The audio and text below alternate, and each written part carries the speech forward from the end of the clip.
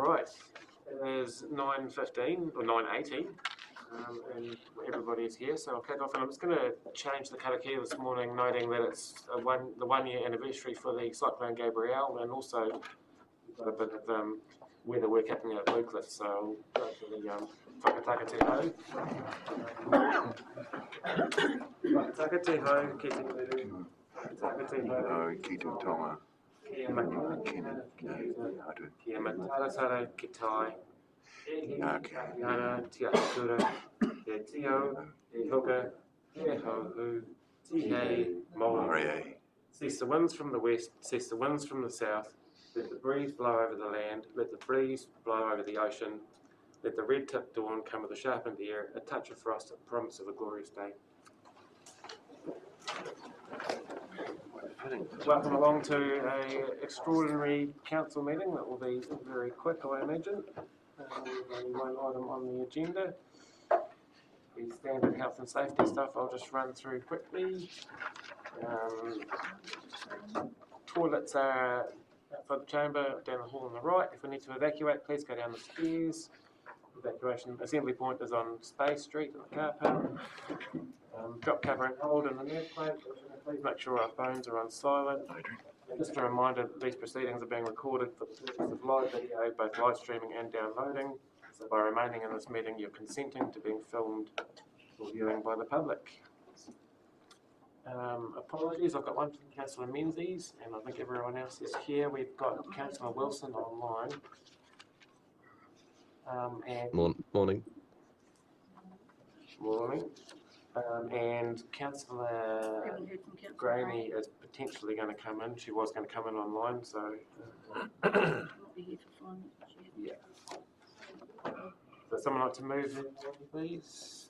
Councillor Runnenclaw, seconded by Councillor Fraser. All those in favour, please say aye. Aye. Against? Carried. Right, leave of absence. Has anyone got a leave of absence coming up? Through you, Rob, thank you. From the 14th of March to the 30th of March. No further leave of absence. I'll ask if someone could please move that. Councillor Boparai, seconded by Councillor Keast. All those in favour, please say aye. Aye. Anyone against? That's carried. I'd be surprised if there's any conflict of interest, but I'll ask anyway. There being none, it's an extraordinary meeting, so there's no items, and we don't have any public participation. So I'll take us to our one and only report on page 7 of the agenda, and I'll welcome Adrian to the table. Thank you, Mr. Chair. Tēnā koutou e te whanau. This is a result of legislation which was passed in 2020, the COVID-19 Recovery Fast Tracking Act, and the intention of that legislation was to make sure any major projects which needed to be carried out for the well-being of New Zealand did not have to go through multiple consent procedures with different councils. And basically, Contact Energy have applied to the Environment Protection Agency for a consent to build a wind farm. The wind farm affects our council, Gore District Council, Environment Southland. We do not process the consent, that's done by EPA. However, as a council, we do have an opportunity to have input into that process, and that's done in the manner of an expert commissioner. The staff have gone out and, along with Environment Southland and with Gore District Council, we've come up with a person we believe to be an expert commissioner, who'll be able to do the job very well from us, and that's Mr. Rob Van Voorthuizen. His CV's attached to your report, but he's a very experienced commissioner. He's got knowledge in all the areas, and we've also done a conflict of interest test on him to ensure that he has no conflict, and he would be our representative on the expert panel which oversees the consent.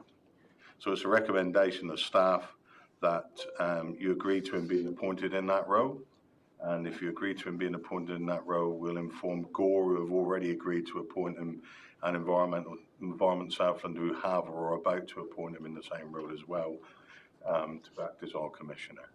Happy to answer any questions. Thank you, Adrian. Do we have any questions from the floor for Adrian? Yep, Councillor Fraser. I was just wondering, how's it paid for? Is that the applicant pays the cost? So through you, Mr. Chair, any costs that fall on us get paid by EPA. So we do a monthly statement to EPA, tell them so much money there is, so we don't have to pay. Councillor Keast. Through you, the process, does everybody that's involved in this get to appoint someone on the panel, or is that? For you, Mr Chair, no. So all the councils involved appoint a person. The panel then takes over the consultation process. So they'll go out to affected parties and run a consent process in that way. Councillor Bynes. Thanks, Your Worship. Thanks, Adrian. You mentioned this as part of the COVID recovery. How long does this, do you know how long this act is in force for? So for you, Mr Chair, it actually was repealed in 2022, but this application was brought in under that act, so it's still extant. There are a couple of other applications likely to be coming our way for similar projects, but they'll be done under different legislation. So not this year. So any future ones will probably not be put through this process, but by a process where we have direct engagement as a council. Councillor Chamberlain. Do the residents get an input into this too? There's always a bit of... Yeah. Through you, Mr Chair, yeah, that'll be done through the expert panel, so they'll go out and consult with those who would be affected by the work. Cool. There's no further questions. I'll take us to the recommendations on page 7. So we've got the 4 recommendations there that we received the report and that we agree to appoint Rob Van, I won't try and pronounce that surname, as an appointee to the fast track consenting expert panel for the Southland wind farm. Is someone in a position to move those? Councillor Duffy, seconded by Councillor Keast. There's no further discussion on those. I'll put the motion. All those in favour, please say aye. Aye. Anybody against? That is carried. Thanks, Adrian. And that concludes our council meeting. Probably, definitely the fastest one of the year. And I am now going to assume the Anand's words, big shoes. Well, look, Good morning, everybody, again. I agree with that. We're going to start a meeting, so you just... It's an insurance meeting on the 14th of February. We've done the health and safety before, and there's no new people in the room, so I won't repeat myself on that. Apologies of lateness from Councillor Menzies and from the Chair, Bruce Robertson, who I believe is currently somewhere flying over Waimate, so he's not too far away. We had a slight delay. And I believe everyone else is here. And we also just need to agree that myself will chair the meeting until the arrival of Bruce Robertson. So is there a mover for those apologies for lateness in that I chair? Thank you, Councillor O'Brien, seconded by Councillor Keith. All those in favour, please say aye. Anyone against? That's carried, thank you. And I'll ask for any leave of absence. That was covered at the That'll last be covered at meeting. the last meeting. Are there any conflict of interest today for anybody? There being none, I don't think we've got any extraordinary or urgent items. Which takes us to the confirmation of the minutes from the last meeting back in December last year, which is on page 12 of the agenda. So the recommendation is that we confirm those minutes. Is someone in a position to move that? Councillor Duffy and Councillor Fraser. Any discussion on those? None, I'll put the motion. All in favour, please say aye. Anyone against? That's carried. And we don't have any public forum today either, so we'll go on to, do you want to go into our first report, or did the Chief Executive want to? Okay, cool, that is the first report. So the first report on 7.1, which is on page 25 of your agenda, I'll hand over to Anne and Cameron. Thank you, Chair. And welcome to everybody who's online. Councillors. Today, the Finance and Insurance meeting is ordinarily part of stepping our way through for the building blocks for the long-term plan. You've heard it before. This long-term plan is not usual, and pretty much everything that we have been working along with the underlying legislation or the general direction from government is changing while we are working. To give you a bit of a sense of that, later on there's some information around, later on in the day, some information around the implications of reversal of the what was optimistically renamed affordable waters. There was the three waters being taken away from councils and put into the entities. We've been working on the assumption that that was going to happen, and up until the election, that was, in fact, it currently is law, although the first reading of the repeal legislation went through the House last night. We were working on an expectation that the LTP would reflect a council that didn't have responsibility for three waters or affordable waters, and that was working with the Reformed Resource Management Act, which had been replaced by two acts, and a third one was yet to be written. In part, actually, some of the most important stuff in that work in terms of adaptation for climate change hadn't been written, and yet that was probably some of the most important stuff from our point of view in terms of a council with a large amount of waterways and coast. So we were building a plan on those underlying assumptions. As you know, the RMA reform has been cancelled and we are back to the RMA, except that it's not going to be quite like the old RMA. There is a massive amount of work going on about streamlining consenting and fast tracking. There is definitely going to be changes to the freshwater management frameworks. Now they don't directly involve us. They're more the domain of the regional authorities, but they do have a fairly significant effect on what it is we are assuming when we are planning our work. On the three waters itself, it's very clear from the legislation that's now before the House that councils are expected to keep those activities. But there is also now a much strengthened provision for potentially putting those activities into CCOs, council-controlled organisations.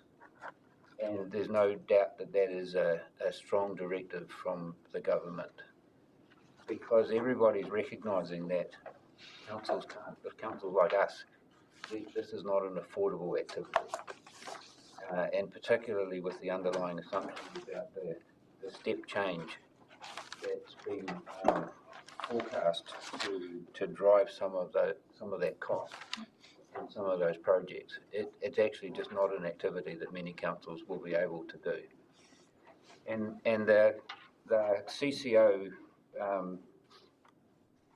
pathway is one that I suspect many councils will want to talk to their communities about. And I have a feeling that we may well as well end up in having that conversation with the community. Now, that was not forecast in any of the work that we've done to date because it wasn't expected to be a possibility. It's not going to be a quick fix. There are some enormous challenges around New Zealand facing up to its three waters infrastructural burden. I think for a council like us, while we would struggle to borrow enough to do the work that is currently envisaged, our challenge isn't so much the borrowing as the paying it back. And later on in the day, we've got some of those preliminary numbers which highlight just what a challenge that would be. Recognising that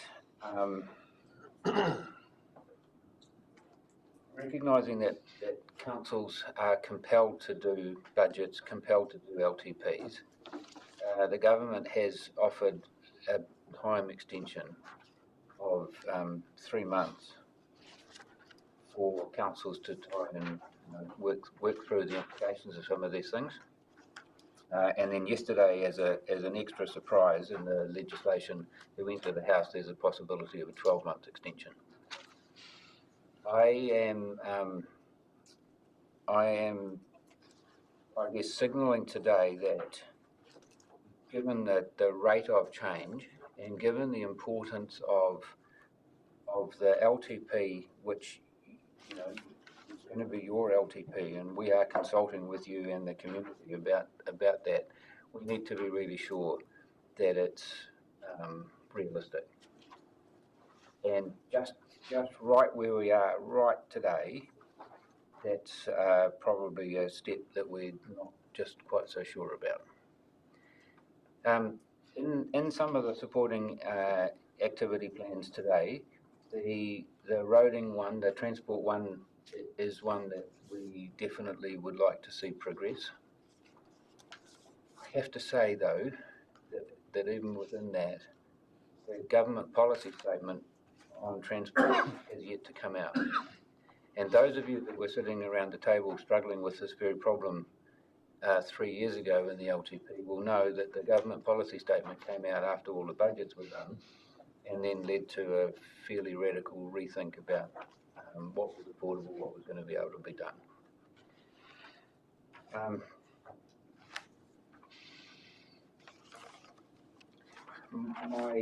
My informal advice at this stage is that the transport activity is probably the one that is least subject for us, least subject to changes in direction from the government policy statement.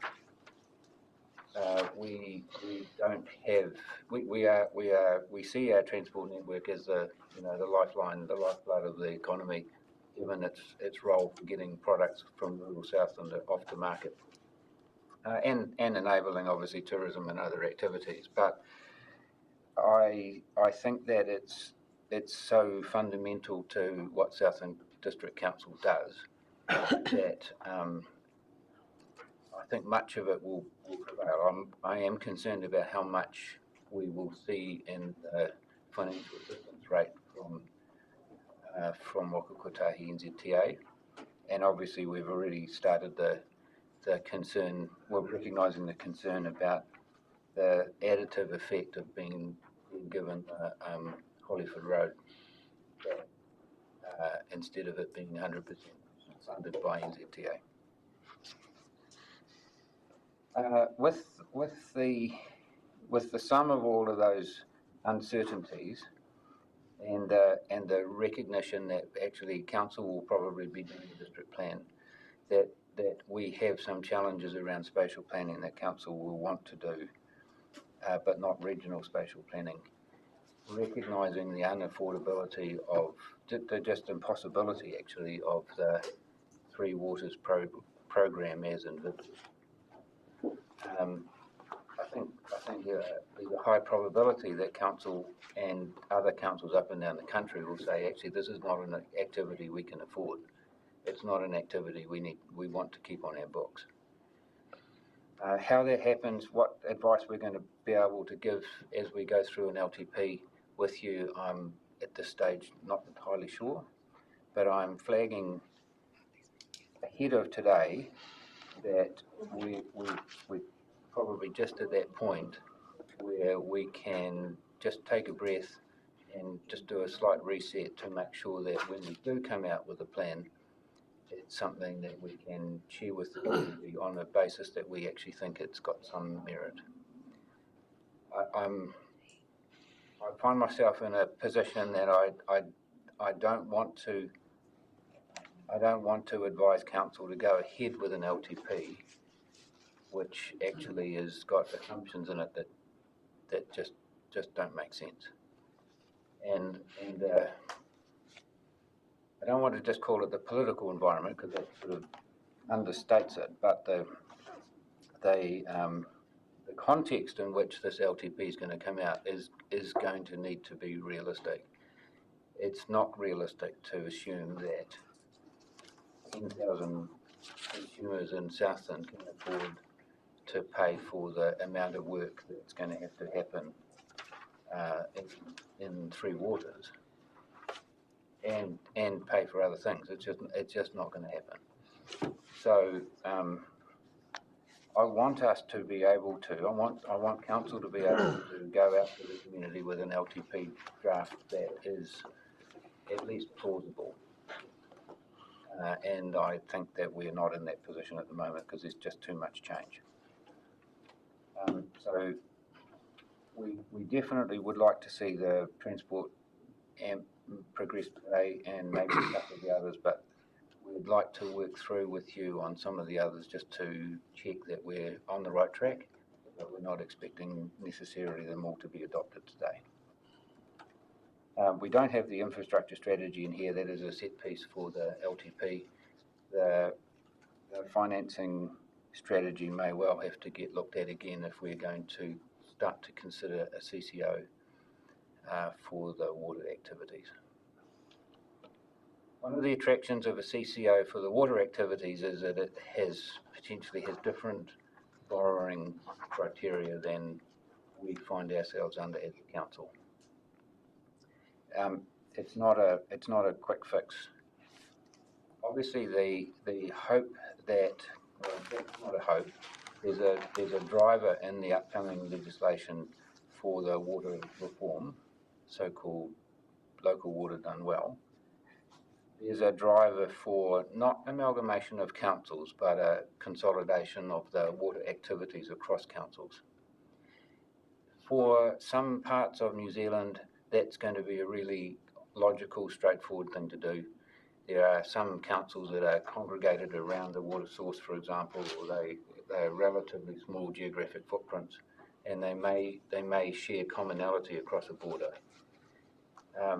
We are not quite in that situation with our very spread out district and a large number of small schemes that don't link together. There are, some of the challenges that the previous legislation had and the previous entity models had were that they kind of could never get over the challenge that we have, that it takes, nearly 4 hours to drive across the district, and that, we aren't a nice consolidated city area like, say, Central Wellington or even Greater Wellington. If you look at the land area of Greater Wellington, it's actually comparatively small. So we have, we're the bottom of the South Island. There isn't somebody down on our southern border that we could perhaps partner with. Our city neighbour has quite a different network system than we have, and our northern neighbour in QLDC has a completely and utterly devastating problem to deal with. So, not for us, it's not going to be straightforward, but I'm just recognising that when you see some of those numbers later on today, and given the uncertainty around it, it's just not a viable conversation to go out to the community with. Just on back on the extensions, at this stage, and this is an informal, not formal advice, because council will have to resolve this at some stage. At the moment, my thought would be that we will need to use the 3-month extension for the LTP. I mean, we'd love not to, but at this particular point, considering how long we are required to consult and the things that we'd be wanting to consult on, I'm not sure that it would be possible now to get an audited consultation document and still make whatever the date is. I understand, and I checked again this morning, I understand that approximately 25 of 67 councils are already indicating that they will take the 3-month extension. My advice is at the moment that we would not want to go for a 12-month extension. It looks as though that, while that would be attractive in terms of making sure we really had our plan straight, it has some extra requirements that in effect might make it like a mini LTP anyway. It is quite likely though, if we were to take the 3-month extension, try to get it done within the 3 months, not right to the last day, It's quite likely, though, that we'll be seeing amendments to the LTP relatively soon afterwards because of the rate of change. So, I don't want you to take this as any kind of political statement. I actually don't have an opinion on the change. We just have to reflect it. And my commitment is around making sure that when we go out with the draft LTP, that it's plausible, that we can see it working, that we're not going out and saying to the public, here's something that we actually don't believe in. And that's been the risk. In fact, Steve Perry and I started in April last year trying to get the DIA to recognise what the horrendous cost of doing an LTP that had assumptions in it that just didn't make any sense. And while we really are caught, because it is the law to do it, and the Auditor General has no choice but to audit, it looks like we're looking at a 23% increase in audit fees as well, by the way. So we are jammed in that space. So what we're trying to do, and we will work through with you as we can, as fast as we can, is to basically bring something that actually we can believe in.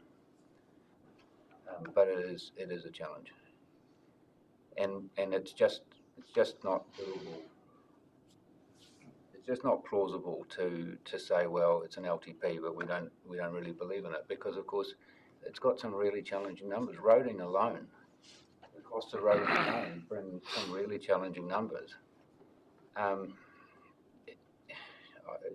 just don't think it's fair to go and communicate with ratepayers on the basis of something that actually you say, oh yeah, we're going to have to talk about it, but we don't worry about it because it's not going to happen. It just doesn't make any sense. So it's in that context about making sure that we don't waste that energy. I'm just signalling there's some of this stuff needs a bit more of a reset before we get too far into it. But today you'll see some of the numbers. There's a couple of workshops and bits and pieces, but it's a really challenging time.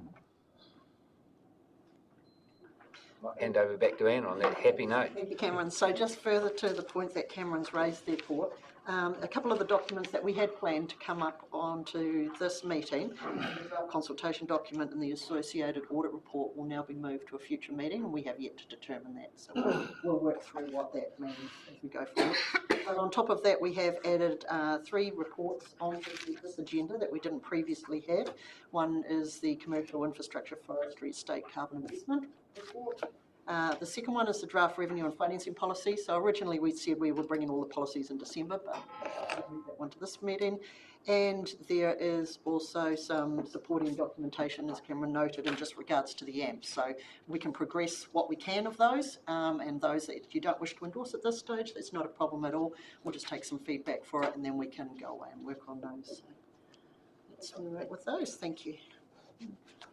Thanks, Anne. Thanks, Cameron. It's like playing a game of rugby where the rules of the game are constantly changing, and you're just about to score a try and suddenly they say, no, you're going the other way now, and then they move the goals. It's just this constant, it's a real challenge, and I just endorse what you say about the importance of getting a really relevant long-term plan out there. There's no point in doing a massive big document that A, we don't believe in, and B, isn't actually going to work. I think we won't be doing our ratepayers a service at all if we were to do that. Are there any questions for Anne or Cameron? Yes, Councillor Cameron, thank you for that report. Could you expand on how the CCO model, if they head into the Three Waters realm, how does the financing differ there? You indicated that, but just about. And look, I'm not an authority on it, but that is one of the attractions of a CCO model, is that it can borrow separately and it's off the council's balance sheet. And my understanding is, and again, I'm hesitant to give you financial advice, but my understanding is the attraction of that is that it can borrow differently, or it can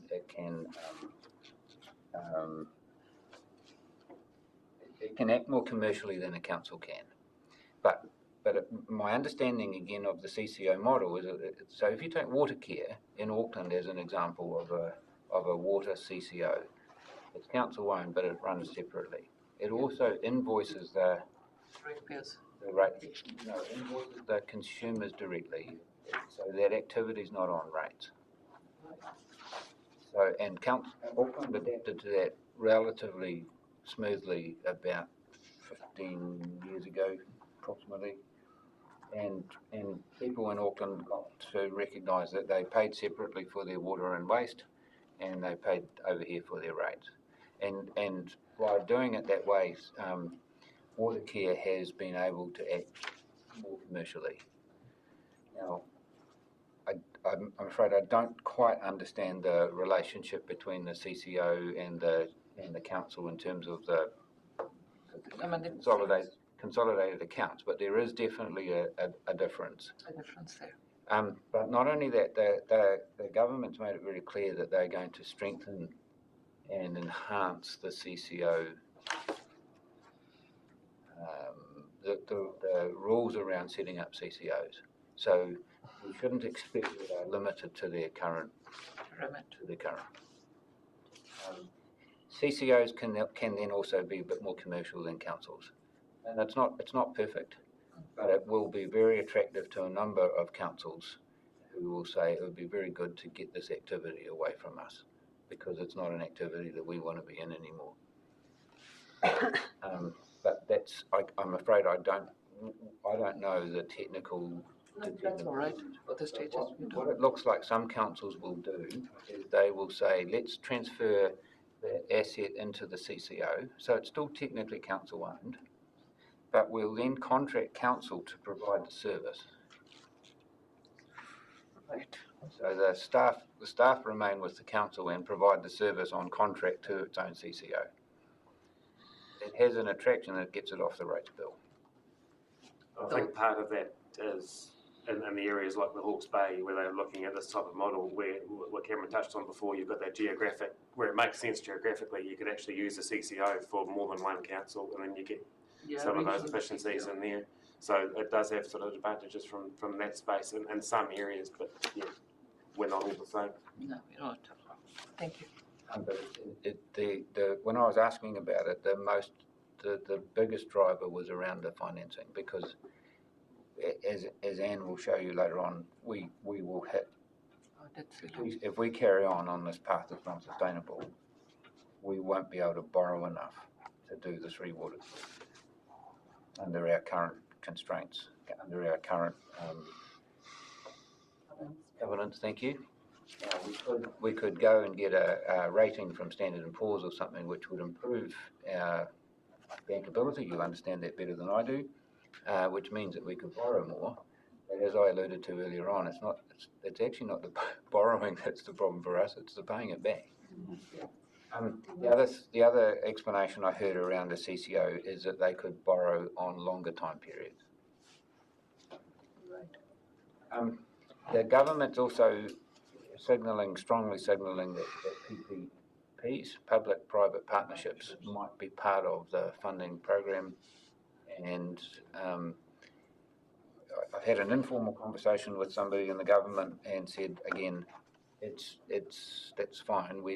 I don't think we have a philosophical view about PPPs, whether they're good or bad. What we do have a challenge is the repayment, and obviously a PPP they don't generally join the partnership out of love.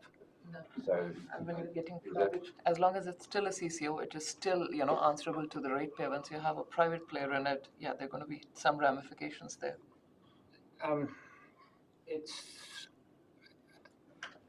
It's not impossible that in the longer term a degree of privatisation will occur. Thank you. Interesting. Through your worship, partly answered my question around that. 6 months ago we talked about sort of reprioritisation in this space, and it looks like we're going to have to do that again, and that's no surprise.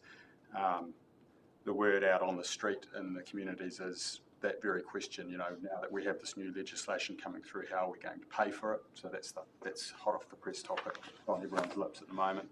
I suppose the other thing to consider is, as you've said, what are the government's commitments with regards to not only looking at using CCOs as an alternative form of, I guess, financing at a lower level or a lower rate, but also, from a government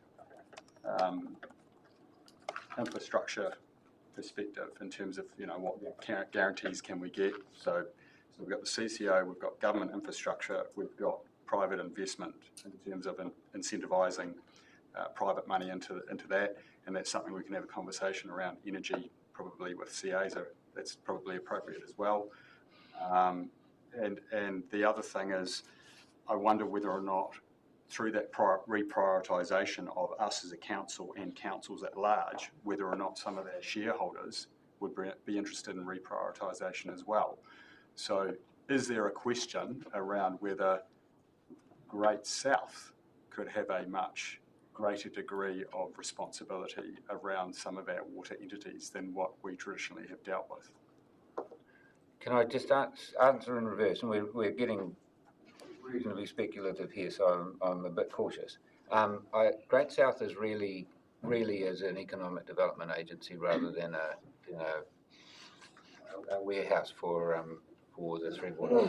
So I don't think that's probably quite where it would head.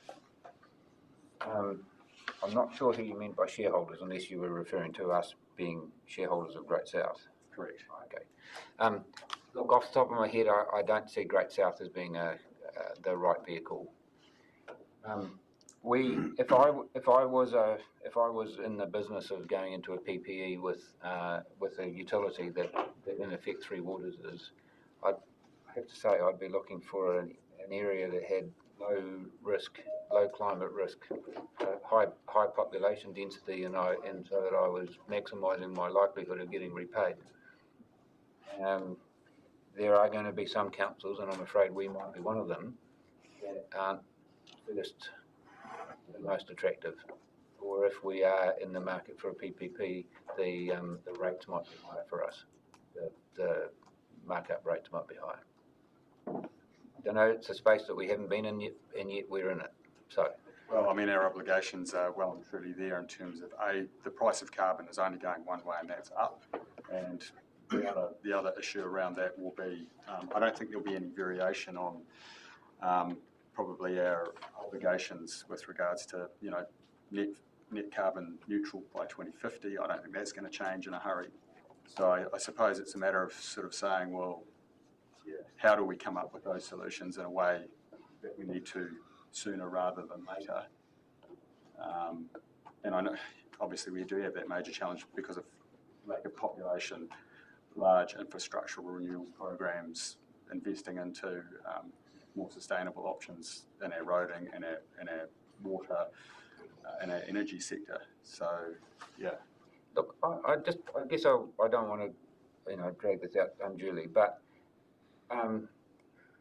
we were looking at an LTP that was driven by legislation away from here, and it was extremely hard for council to choose a Southland story and a Southland direction. It was extremely difficult with all of that reform. I actually sense that there is an opportunity at this point. I think we're starting to know enough about the shape of what's likely to happen in the next little while. Now, we can't get ahead of the legislation, but I actually think there is an opportunity to say, here's actually what we would like to do for Southland, and try to pick something out of it that is plausible. I'm reflecting that it's exceptionally challenging to try and meet the legislative timetables and the hard lines and the audits and come up with a good plan. But I'm not saying that it's impossible, and I feel that there is some good stuff yet. It is, but let's face it. No matter what the LTP ultimately says, it's going to be hard. Unfortunately, nobody came along in the last 6 months and reduced the price of fuel or the inputs for roading or anything. So, in our road change, we know that, right? We can't drop the roading network by 30%. So, it's still going to be hard. So, the Councillor Byers, Ruddingclaw, and then Wilson. Thanks, Your Worship. Thanks, Cameron. You say it's not a water infrastructure, the way it's going to have to change, is not an affordable activity for this council, and not many councils can afford to do it. And I just want us to be cognizant of the fact that it's not us who pays, it's the community who pays for this water. And that's regardless of whether it's done through SDC or a CCO or an entity. It's the community who pays this unaffordable amount of money that's being asked for. So I wonder if there's an opportunity to, well, at first recognise that it's the community that's going to pay, and perhaps consider ways that we can approach this water infrastructure differently. Perhaps there's ways that we could tap into some of the resources and utilise the water differently. Because if it's unaffordable, then it's unaffordable. So something needs to change, but all the conversation I hear is around how do we pay for it? How do we pay for it? Not how do we use it, or how do we use the infrastructure or build the infrastructure. It might be time to look at changing the conversation a wee bit. Thank you. That's the point I was trying to make at the start, that actually the context of so many of the underlying assumptions, pieces of legislation are changing. It means that the assumptions on which the Three Waters plans are currently built do need to be looked at. Now, I don't think that it's going to come out that we should all go back to septic tanks or individual tank water. I think there are benefits of municipal provision that actually provide a public health benefit and are cost effective. But it is really just about recognising, and I tried to make that point. The people connected to the schemes are the ones that are currently expected to pay for them. And that's the challenge. That's what I'm signalling to you. Actually, we can see that this isn't going to happen. Not like this. So I totally take your point. Councillor Ravencourt. Thanks, Rob. Thanks for your report, Cameron. A lot of my questions have been answered too. I just want to talk about the transport policy and the 3-month extension. When we're talking, that we've spoken and lobbying with the Minister of Transport, Rob and yourself, around the funding coming back to Southland. Just wondering where have we got with that? We're looking at the government policy statement of a 100-day plan. We've got 25 days to go. Are we expecting to come back to us if we do this 3-month extension on the LTP to have had a decision around it? And my other question was, how does an auditor justify a 23% rise in their fees for this? If I can, in reverse, the auditor's justification, they will spell that out themselves. It's not for me. I'd prefer they didn't, but we don't get to choose. I can't provide any assurances that the GPS, the government policy statement around transport, or the decisions around funding on transport will match the 100-day plan or our LTP. Can we go and ask that question of them? Right across the country, every council's asking the same question. Every council finds themselves in that same situation. We don't have some big flagship projects that could be considered to be non-core activity. Remember, our job on roading is gravel, rehabilitations, reseals and bridges. We haven't envisaged too many flyovers or bypasses or alternative transports or even public transport. So that's why I'm saying our underlying asset information, our underlying activity plan around transport is actually pretty solid. It's driven by the need. It's not driven by nice to haves. So I think we're in a very strong position to continue to promote that. I can't remember what the last one was, but I think it was around transport. Oh, yes, we are. Yes, sorry, we are actively working with any MP who's luckless enough to stop for more than 2 minutes is finding themselves in a transport conversation with us. And we are also working on talking directly to the minister. very frustrating process for you and the staff to be going, we're given a 3-month extension or a 12-month extension without the figures being put in front of you, your what is coming back, and yeah, I feel that it's a very costly exercise for players as well. Well, that's what we're trying to minimise. We're trying to filter out as much as we can on behalf of you, so that when we do end up talking to the ratepayers, we believe we're on the best set of the information. I can see though that, and it's not my job to apologise for the government, but in a 100-day plan, they've got a bit to try and work through as well. So it just is. What we're trying to do, because we are legally required to do an LTP, we're trying to extract the best set of information and the best plan that we can for council to go and consult on. And we just have to recognise that there's going to be a lot of uncertainty. There's going to be a lot of progressive changes even as we're doing it, and we just have to roll with it. We have to be sympathetic to staff that thought they were doing this and now they're doing this.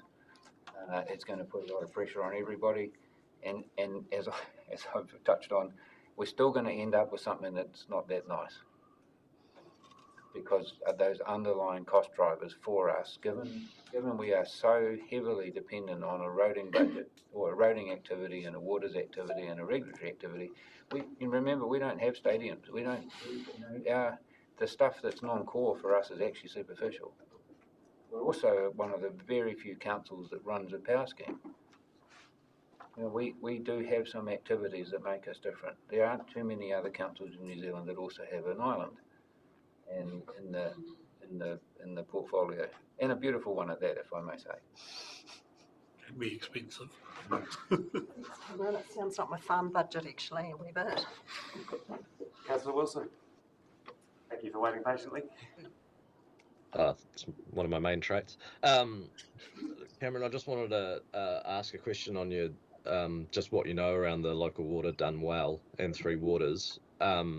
With that concept of potentially moving those activities into a CCO to detach the balance sheet from council, is there any information on whether all three of those activities would need to be part of that CCO, or can drinking and waste potentially be what gets treated under that CCO, and with the linkage of stormwater with the transport activity as far as roading, drainage, stormwater for building consents with the environmental services, and the opportunity out there in the community with the likes of catchment groups and things like that, is there potential that not all Three Waters would be potentially absorbed if a CCO is the option forward? Is there any information from the government yet on if it's, all three water activities, or is there potential that just drinking water gets treated separately as a CCO?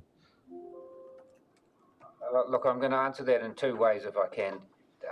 The bill only was revealed yesterday when it went to the House, and I didn't have a chance to read it last night. So I don't know is the answer to part one. But I think that if it is going to be a CCO, that is a subject that has to be consulted on with the community. By the way, it's not just we don't just snap our fingers and say, right, well, that's what we're doing. So the LTP process is also where that would need to be canvassed. In the previous discussions around what to do with the waters activities have been going on for, I don't know, 25 years, and various forms of considering full-blown privatisation to back where we are in council ownership, but likely to end up in some form of privatisation. The attraction for somebody wanting to invest in a utility like water is investing in one that you can easily measure how to charge, which brings us to why water meters tend to go in under these circumstances, because you can then basically calculate on usage. That is much harder to do with stormwater for obvious reasons, and tends to lend itself to being less attractive to commercial models. I can't forecast how it's going to go. I really don't know. I guess part of the thing to look at as well is the fact that there's been no indication at all of any changes to Te Mata Arawai, which is the standards board in the, I don't think that was in the legislation at all, was it? So that separate standards monitoring authority is staying as it is.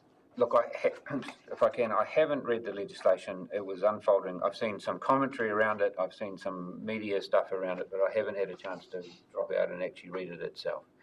There is a recognition that Te Mata Arawai, the new regulator, is part of the driver for the step change in the costs of Three Waters activities.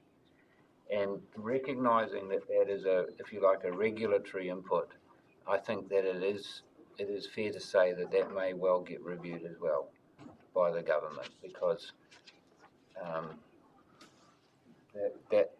that is part of the decision. That is part of the building blocks in the plan that we are currently looking at. And I think it would be.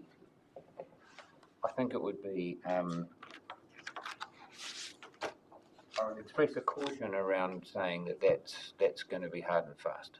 But I don't know how it'll play out. I'm sorry. If I could forecast it, we'd already be signing off the LTP.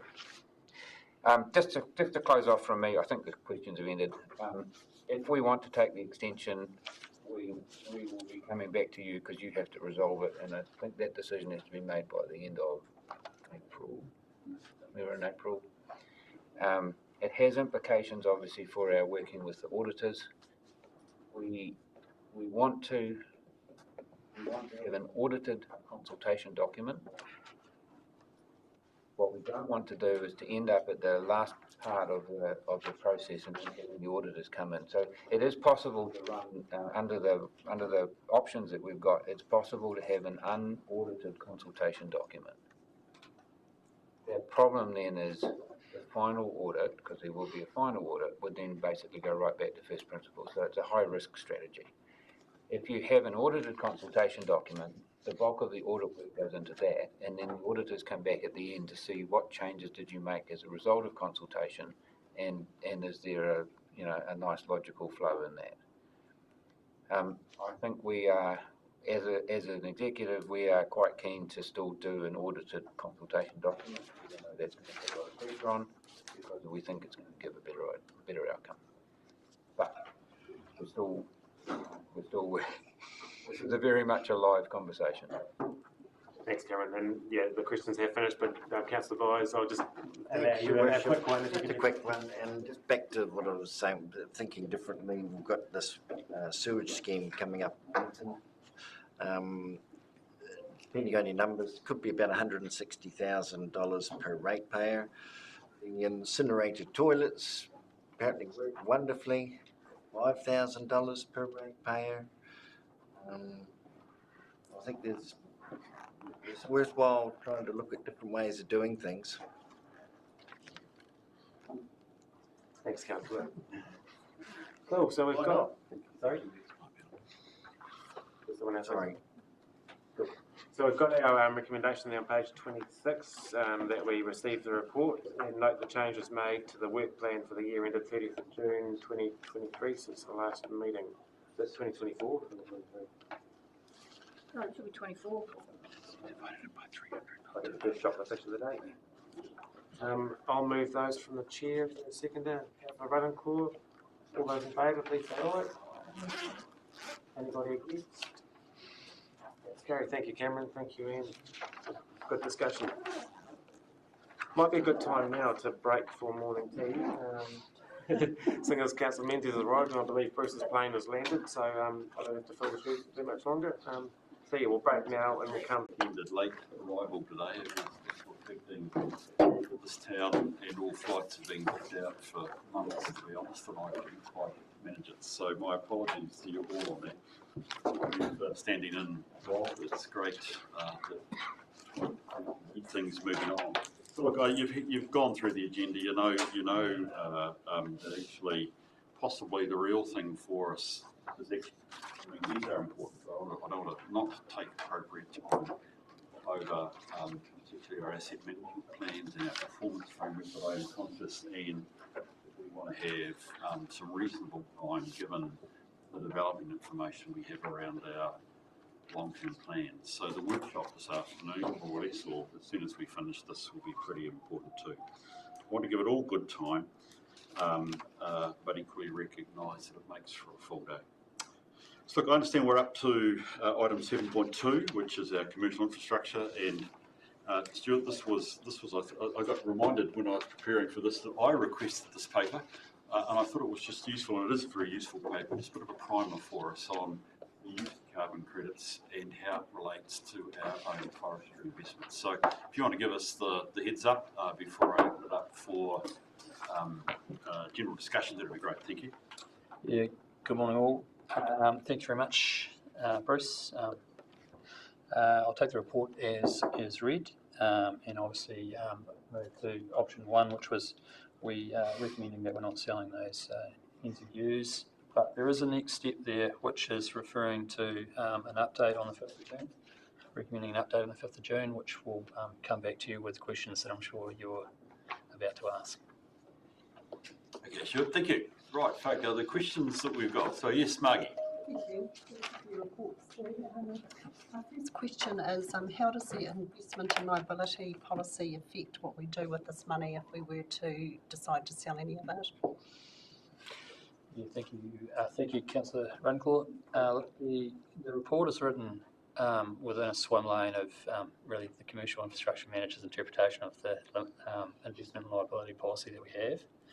And inside that policy is referring to the order of risk, which is what we're seeking to understand in the Financial Instruments Committee in terms of our investment portfolio. Any investment in forestry or money that comes out of that forestry reserve is looking like it's going to be sitting in the sphere of moderate, which is above Council's risk threshold for investment. So when we look at how we might go with, or where we might go with considering further investment, we've got to really understand that we are operating within the policy. If we wish to do something that sits outside that policy that you're asking for, we can do that. We just need to ensure that we refer to Section 80 of the Local Government Act, which means that would be declaring that we're working outside that policy and have a resolution to that fact. So that's really where we sit with that policy. Thank you. Was there any thought, this was written about part selling, retaining some and part selling some carbon credit? It's an ordinary amount of gold sitting. Yes, there is quite a number of options available when we get to a point that we've made a decision that we're going to move to that. There's also the selling and the risks associated and opportunity cost associated with selling and taking that away from that portfolio, but also really understanding the risks of investing somewhere else and how we're going to get that benefit for that. So it's not really a decision. It's not a decision for me to make, or really to structure those options for you. Rather, I'd prefer that if you had a direction that you wanted to follow, we'll pursue that. I think one of the key pieces, just to add to that, was obviously there's some risk around those units that are the first type of units that was talked about in the report, the pre-1991s versus the post-1989 forestry units. So those ones obviously would need to pay back at the time of harvest. So if we were to sell those in this current moment, then there would be some risk, more risk associated with those ones. But as you know, there's 26,759 of those. That's in the report, versus the pre-1990 ones, which are sort of we call them the free credits, I guess. Those ones is 82,914 of those. So they don't hold as much risk. So that has been analysed and thought about, and gives potential, gives the information to this committee to consider. Substantial amount of money. Going forward with it, the moving beast with carbon all the time, with the, prior to Christmas it was $60 and it's jumped to 73. Is there any opportunity that we could have a quarterly update here around the council table around going? That's a suggested intention of coming back in June at least, but we could do that earlier if need be. Yeah. Thanks, Margie, for that. Derek, have you got a question? Yeah, my question is really, I mean, we've talked about borrowing money to invest elsewhere. With your pre-1990 credits, there's no obligation to pay them back. They're freebies, so there's no risk to selling them. So, why isn't, I mean, it's been a good investment holding on to them, but who knows where it's going to go from now. But there is an opportunity there to sell that and invest and get the interest, so that there's income coming in rather than just sitting there. And with the after 1990, you can still sell so many with no obligation as long as you leave enough in the bank for when you harvest. So a lot of that money could be used to offset pruning or planting or whatever. So leaving them all in there, I don't know, that's really... I mean, they're there to be utilised. Once they're gone, I guess is the whole point, and that's a decision not for us to make, it's a decision for... Yeah, but my point is if you take that money out of the pre-1990, the 80,000, and invest that and use the income to offset other things. Understand. There's no cash coming from those pre-1990s. No, understand. So run quite a number of IR models or investment return models for part selling over the last year, and they've all been positive. So there is that opportunity to further invest in forestry, albeit 3 to 4%. And I guess if I was optimistic and an advocate for forestry, which I'm employed to be, that I would say that should be looked at. We have a portfolio that does support rating quite well. We're partnered with an entity that performs above average. And all of those IR models were inclusive of the carbon return, but when you take out the carbon return for that, they're still positive. Secondly, the forestry portfolio has been the benefactor of a degree of wisdom from councillors in the past who set forward with a proposal to offset rates for the future generations. Very wise decision, and I guess the council has the opportunity to make further good decisions in that regard. There is the private market the private investment has cooled in relation to forestry investment, and that's due to some of the mechanisms that both Labor and National have put in play. But that doesn't mean that forestry can't be invested in further and us have a reasonable return on. Again, we should be making a decision around a 25-year sphere of understanding, and that's and not be too reactive to what's happening just today, and be confident that we're sitting within an industry that's been a reasonable performer over a long period of time. Again, we need to have some good models in play, and we will need to have a declaration under Section 80 of the Local Government Act to enable any investment. Outside of forestry, looked quite hard at where else was there likely to be investment that could be used for, again, part investment, and that was obviously in real estate and commercial real estate, and that too was coming back with some good returns. It's all about the appetite for risk. There's definitely opportunities there, definitely opportunities to invest in long-term investments that will return for their ratepayers. Yeah, thank you, Julie. From my experience of post 1989 units would be that they do need to be accounted for, and so I wouldn't. There's no way in the world I would say you touch any of them. because they don't know what the price is going to be. It's that crystal ball thing, and when you come to harvest, you've got to account for. You do have the advantage of an aged forest that presumably for those carbon credits that they would be that we will receive as those forests grow, but we still need to account for them at the end of it. So I'd say the post units are no-go touching for me.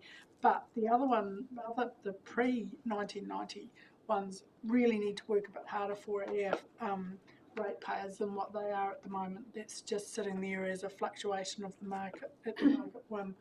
They don't actually provide a return as such to our ratepayers as far as I can see. So I would be interested in looking further at how we might be able to use that so that they do benefit, give a long-term benefit, not just a one-off. It would need to, like spending on, the temptation would be to spend it on a road or a bridge or something, but actually I don't see that actually gives a return to the general ratepayers.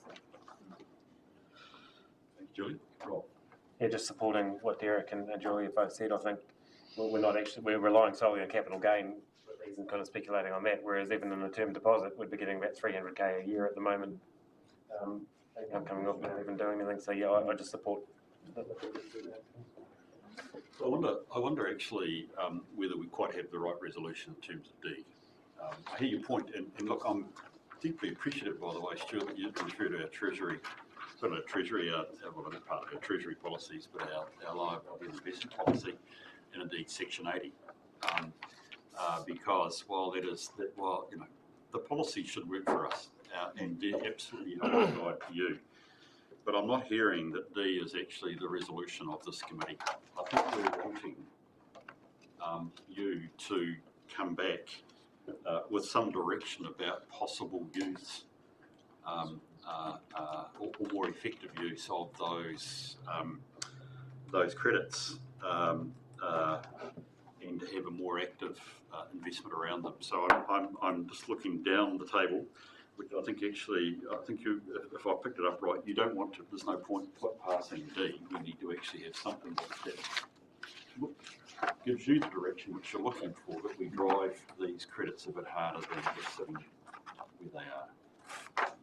So if I was to suggest that we agree that Southland District Council periodically reviews its ongoing position in relationship to its existing NZUs and forest estate, acknowledging the need to consider its investment policy, and that you come back with a report in June, which I hadn't quite realised, but you said, Fran, you would do.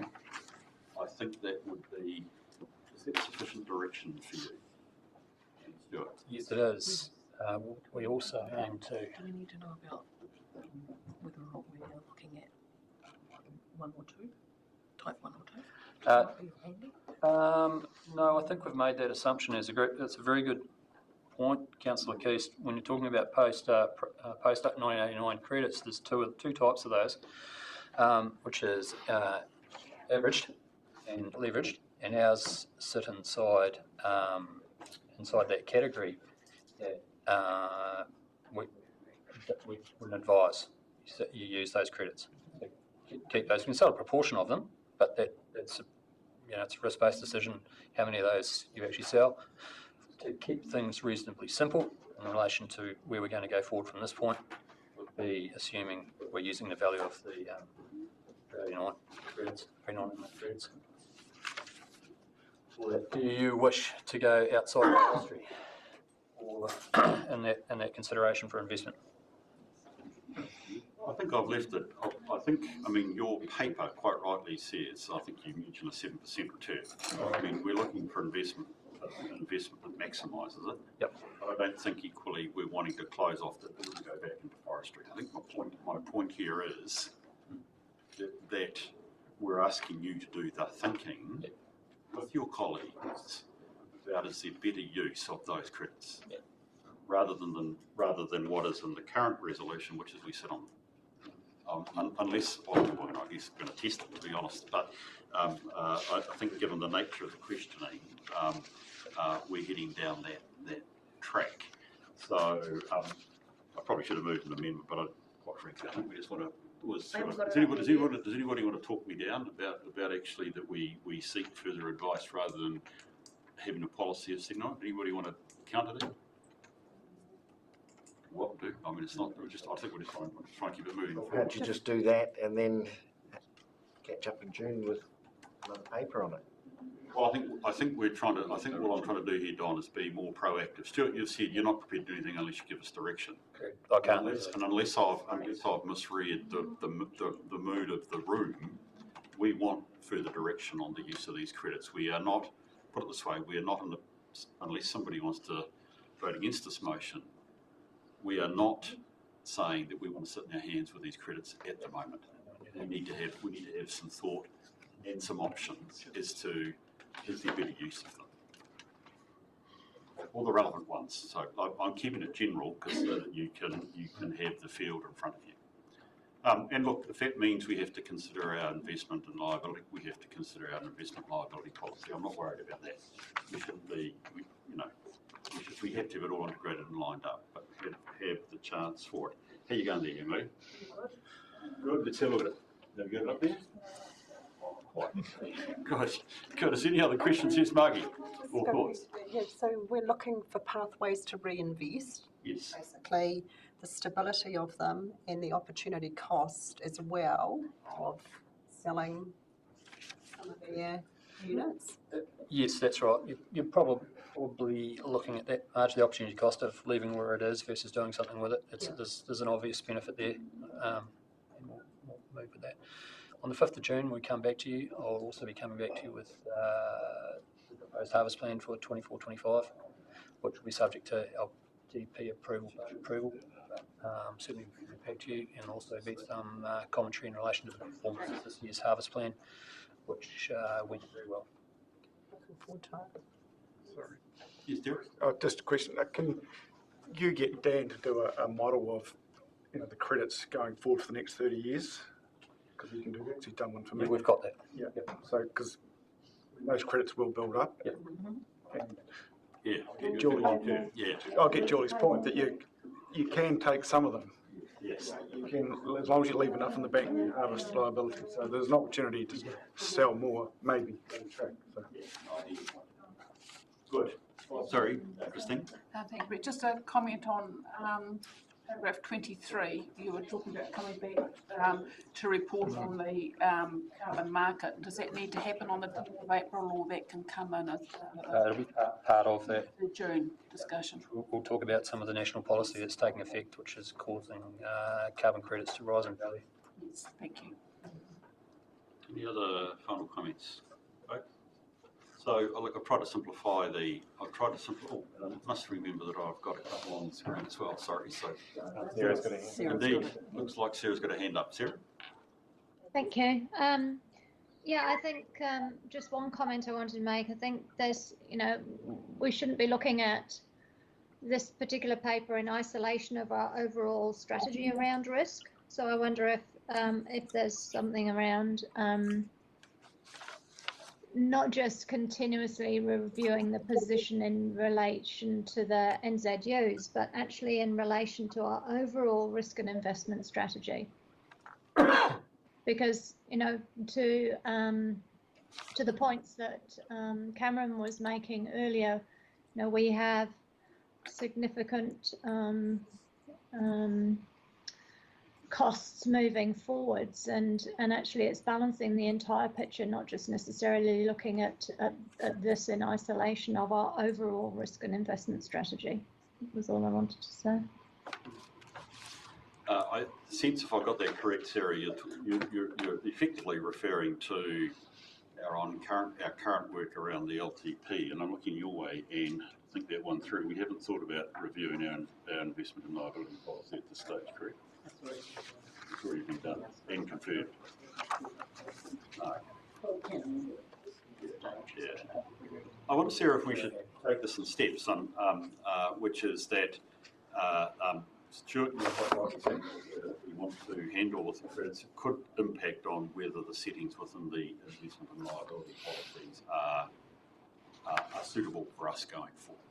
So it might be from that we recognise, as we can under that, make further amendments to that investment policy. But at this stage, I think you need to have you're saying a settled position around the LTP. Yeah, I think the one thing that we can do, of course, is we can involve our investment broker in these conversations, because that's a good method for us to identify equally opportunities for this money to be invested in if it's not going to be in these credits.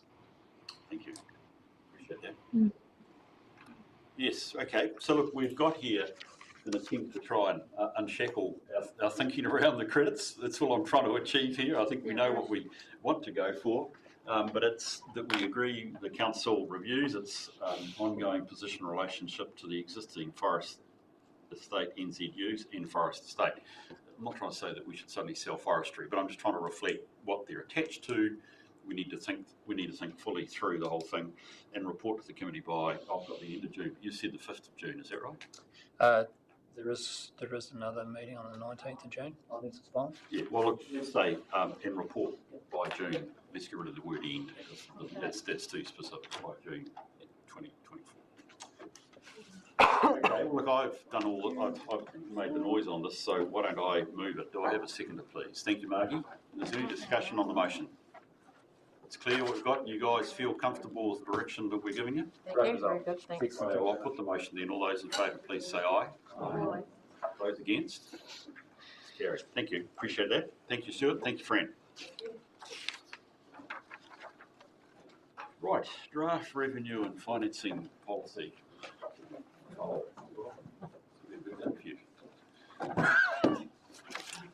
Council. Don't make jokes. No, I won't make jokes. Make as many jokes as you like. Serious yes. In your hands, please. I'll leave it to you to Chair. Please.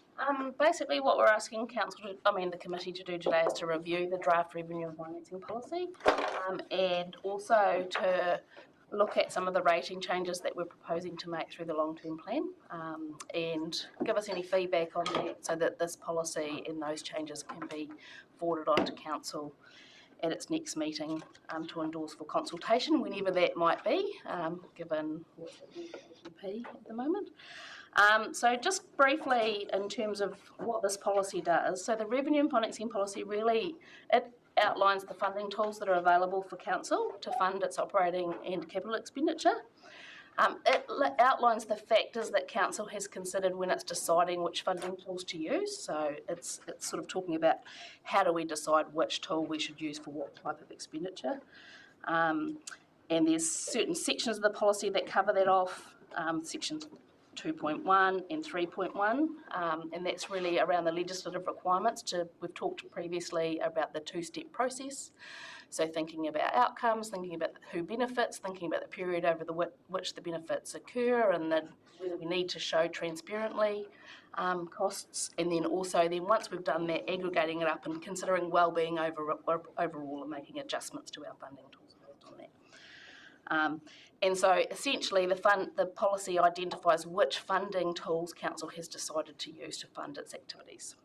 Okay, and that's summarised in section 3.2 in a table in there in terms of operating expenditure and how we're funding them, and table 1 and 3.2 that's talking about all the different funding tools and which ones we're using for what. And also our detailed thinking on everything is in section 3.2.2, which is what's called the detailed activity funding needs analysis, where we're talking about all those legislative considerations and outlining what we think of those things and how we've reached our conclusion on how we're going to fund the sources.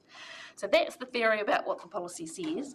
What the report is saying is basically we're keeping most of our funding sources unchanged from what we did from our last policy in our last long-term plan, and one of the reasons for that is our funding bands are quite wide, so when we have changes in budgets and things like that, they're quite broad, so they allow us quite a lot of flexibility in terms of how we're funding activities. There has been some changes, so if we look at the table, I should say, on what page it is, the table on page 43 of our report. So there's a table there that just basically summarises our activity groups, which are in the grey with the stars, our activities, which are in the left-hand column, and our sub-activities, which are in the second column. And we do the activity funding needs analysis at the sub-activity level because it makes sense in terms of people understanding who's benefiting and having conversations about how we fund. But this table's basically saying the only changes that we're making are at the sub-activity level in terms of how for operating expenditure funding, and the one thing that we're really consulting on quite specifically for this process is the general rate funding for the airport. So that's why the options are showing in that table in terms of we're going through a consultation process and we want specific feedback on those options. So that's generally overall, there's not a lot of shift that staff are proposing from our funding sources from the way that they've been in the past. Can I Sure. I'm very keen that you continue, but I was preparing my questions, of course, did go to table 3.2 paragraph 26. I just want to be clear, there's a chance to ask some questions at this point. Do you understand what the table's showing and the implications for, you use the word sources of funding, but essentially it's, do we rate, how do we rate, do we look for non-rate revenue? And it's shown itself up under these activities. So I just wonder at this point if there are questions or observations on this table, albeit there are some important tables that I suspect you want to take us through about the straight dollar impact. But in terms of principle, the question's Don. Thank you, Bruce. Just a wee bit of clarity around the airport. Looking at there. So that's what, in November, Council had a report up about the future of the airport and the funding of the airport. And at that meeting, the Council passed a resolution to say that they wanted to consult over whether we should put more general rate funding into funding the activities of the airport, right? And we talked about different options that we wanted to include in the option papers, right? And so we had 30%, 50%, 100%, what we currently do, which is 0%, or something else that submitters suggest. And so basically, essentially that means in the general rate, you can see there, if we're at 30%, if we're at 0% or 30%, we're still in the low funding bracket for general rate funding for the airport. If we go to 50%, we move to the medium band because that's between 33 and 66%. And if we go to the high level of 100%, we're in the high, we move it to 100% of general rate funding, that's in the high level. So you'll see later on in the paper, we explore what, because this is the policy change that allows us to move to those levels of general rate funding should we choose to. But we also have the actual rating impact if council then decides to do that. So putting it in the policy is just saying we'll allow up to this amount. The actual decision for how much general rate funding you might put into the activity, that's an LTP process. And so we've combined those two pieces of information in the report, and you can see, based on each of those percentages, what the dollar values would be. So that's why that one there has the options, because we specifically consulted on 4. Well, there's actually 5 options, but we don't know what the 5th one is, because it's up to submitters to suggest. Any other questions? Yes, through you. Yeah, Bruce, mate. Good to see you. Nice to see you, buddy. Based on a previous discussion around sources of funding and looking at what central government may or may not do from a council-controlled organisation basis, and the ability or level of borrowing, will that have any application on some of these activities or the operational funding sources? Not at the policy level, because what the policy does is it sets a band of the total operating expenditure that's going to be funded in that way. So we're assuming that we're not assuming that we're going to get a whole bunch of money from the government for the waters in here. We're assuming at the moment that we are still going to be funding it the way that we have in the past, okay? The policy doesn't, like this table doesn't cover capital expenditure. So it covers operating expenditure, which includes interest repayments in it. Capital expenditure is dealt with because we have uncertainty about what's happening with capital. It moves all the time. And so the policy generally talks about the way that we fund that is through borrowing, through reserves, through our depreciation reserves in particular. So so it's talking about our sources of funding in general, but it's not tagging it to a percentage because it can be quite movable. Yep, thanks. If we don't have water, we won't have a line in here called water. Yeah. But I mean, we did prepare this policy originally with the waters out, and so we do have overheads still in the organisation, and the effect of spreading the overheads reallocation if we don't get rid of the overheads or all of them, it does have an impact, a material impact on the policy, but because the waters is now retained, you don't see that coming through. Right, I sense we've got this is a policy position. You know, if I was to take one of them, I don't know, look, let's take halls, the first one, sub-activity. The policy is that the majority of the funding will come from targeted rates. Okay, that's really all this is saying, that it's a policy decision. So I think it'd be good to now, for those that you're changing in your table, to have a look at the dollar impact. If that's the next thing we're going to go to. Yeah, so the report then goes on to talk about, well, what are the things we're consulting on? And so we're talking about on page 28, paragraph 28 onwards. So the first item there was we've already talked about, which is around the airport rate. So I've sort of explained that, hopefully. And so you're seeing in paragraph 33, that's what we're changing in terms of the policy. The right-hand column is showing the policy, what the policy is going to be, and the left-hand column is showing the percentages. And then in table number 34, that's then we translate that into those options 1, 2, 3, 4, 5, into what effect, what change does that have in people's rates? Okay, so you can see for the change for all ratepayers, if it's a $350,000 property, everybody would pay under option 2, $3.54 more, option 3, $5.90, and option 4, $11.80. And that's because everybody is now would be paying a portion of the airport costs, whereas for Fiordland ratepayers, that would result for those three options in a $29.56 reduction under 2, $49.27 under 3, and $98.53 in number 4. So effectively that means that the local ratepayers in Fiordland who are currently paying the targeted rate, which is most of the funding for the airport shortfall, they're going to pay less, and everybody in the district will be paying some more. So those are the items that we talked about on the November meeting about consulting on. And so this is just showing the impact of that. So this is the sort of information that would end up being in the consultation document for people to, along with the story around why we're proposing this. Sorry, Darren, I think you may have had your hand up for quite a bit, sorry. And I think Matt should go first, and I've got Darren. Thanks, Bruce. I just had a question on the water facilities, just noting that the change in other sources has gone from low to high. So it's talking in the paragraph about other funding opportunities being pursued. Is there any indication on what those opportunities may be, or what the likelihood of actually receiving other sources of subsidies or grants? And is it prudent to shift it to high from low without having some secure ideas of where that funding may come from?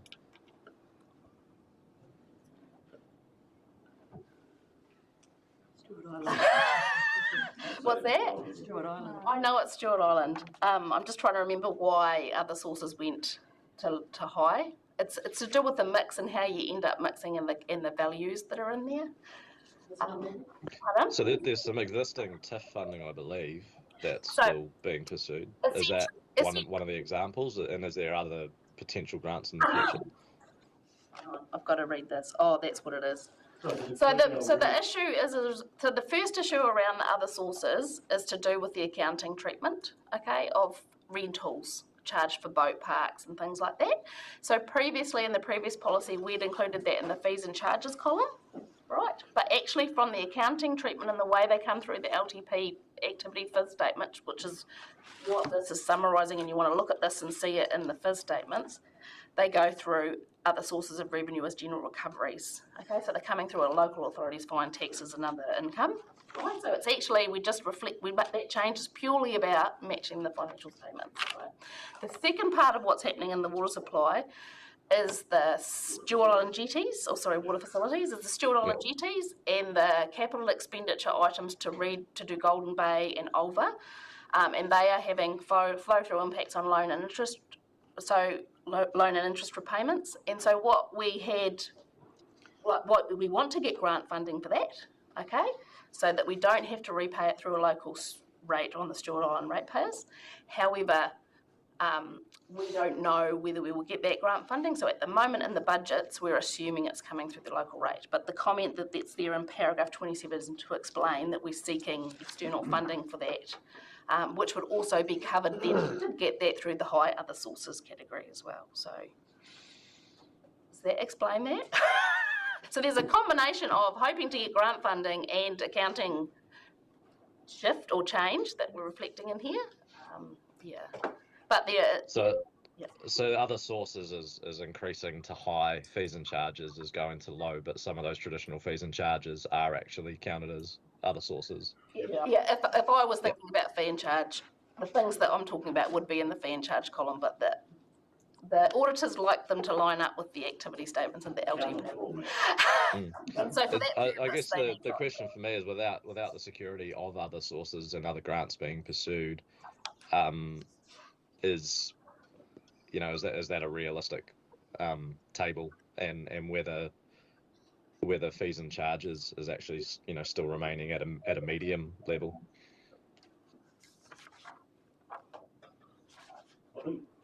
You could put it at a medium level if you wanted to say, but that's signalling to those.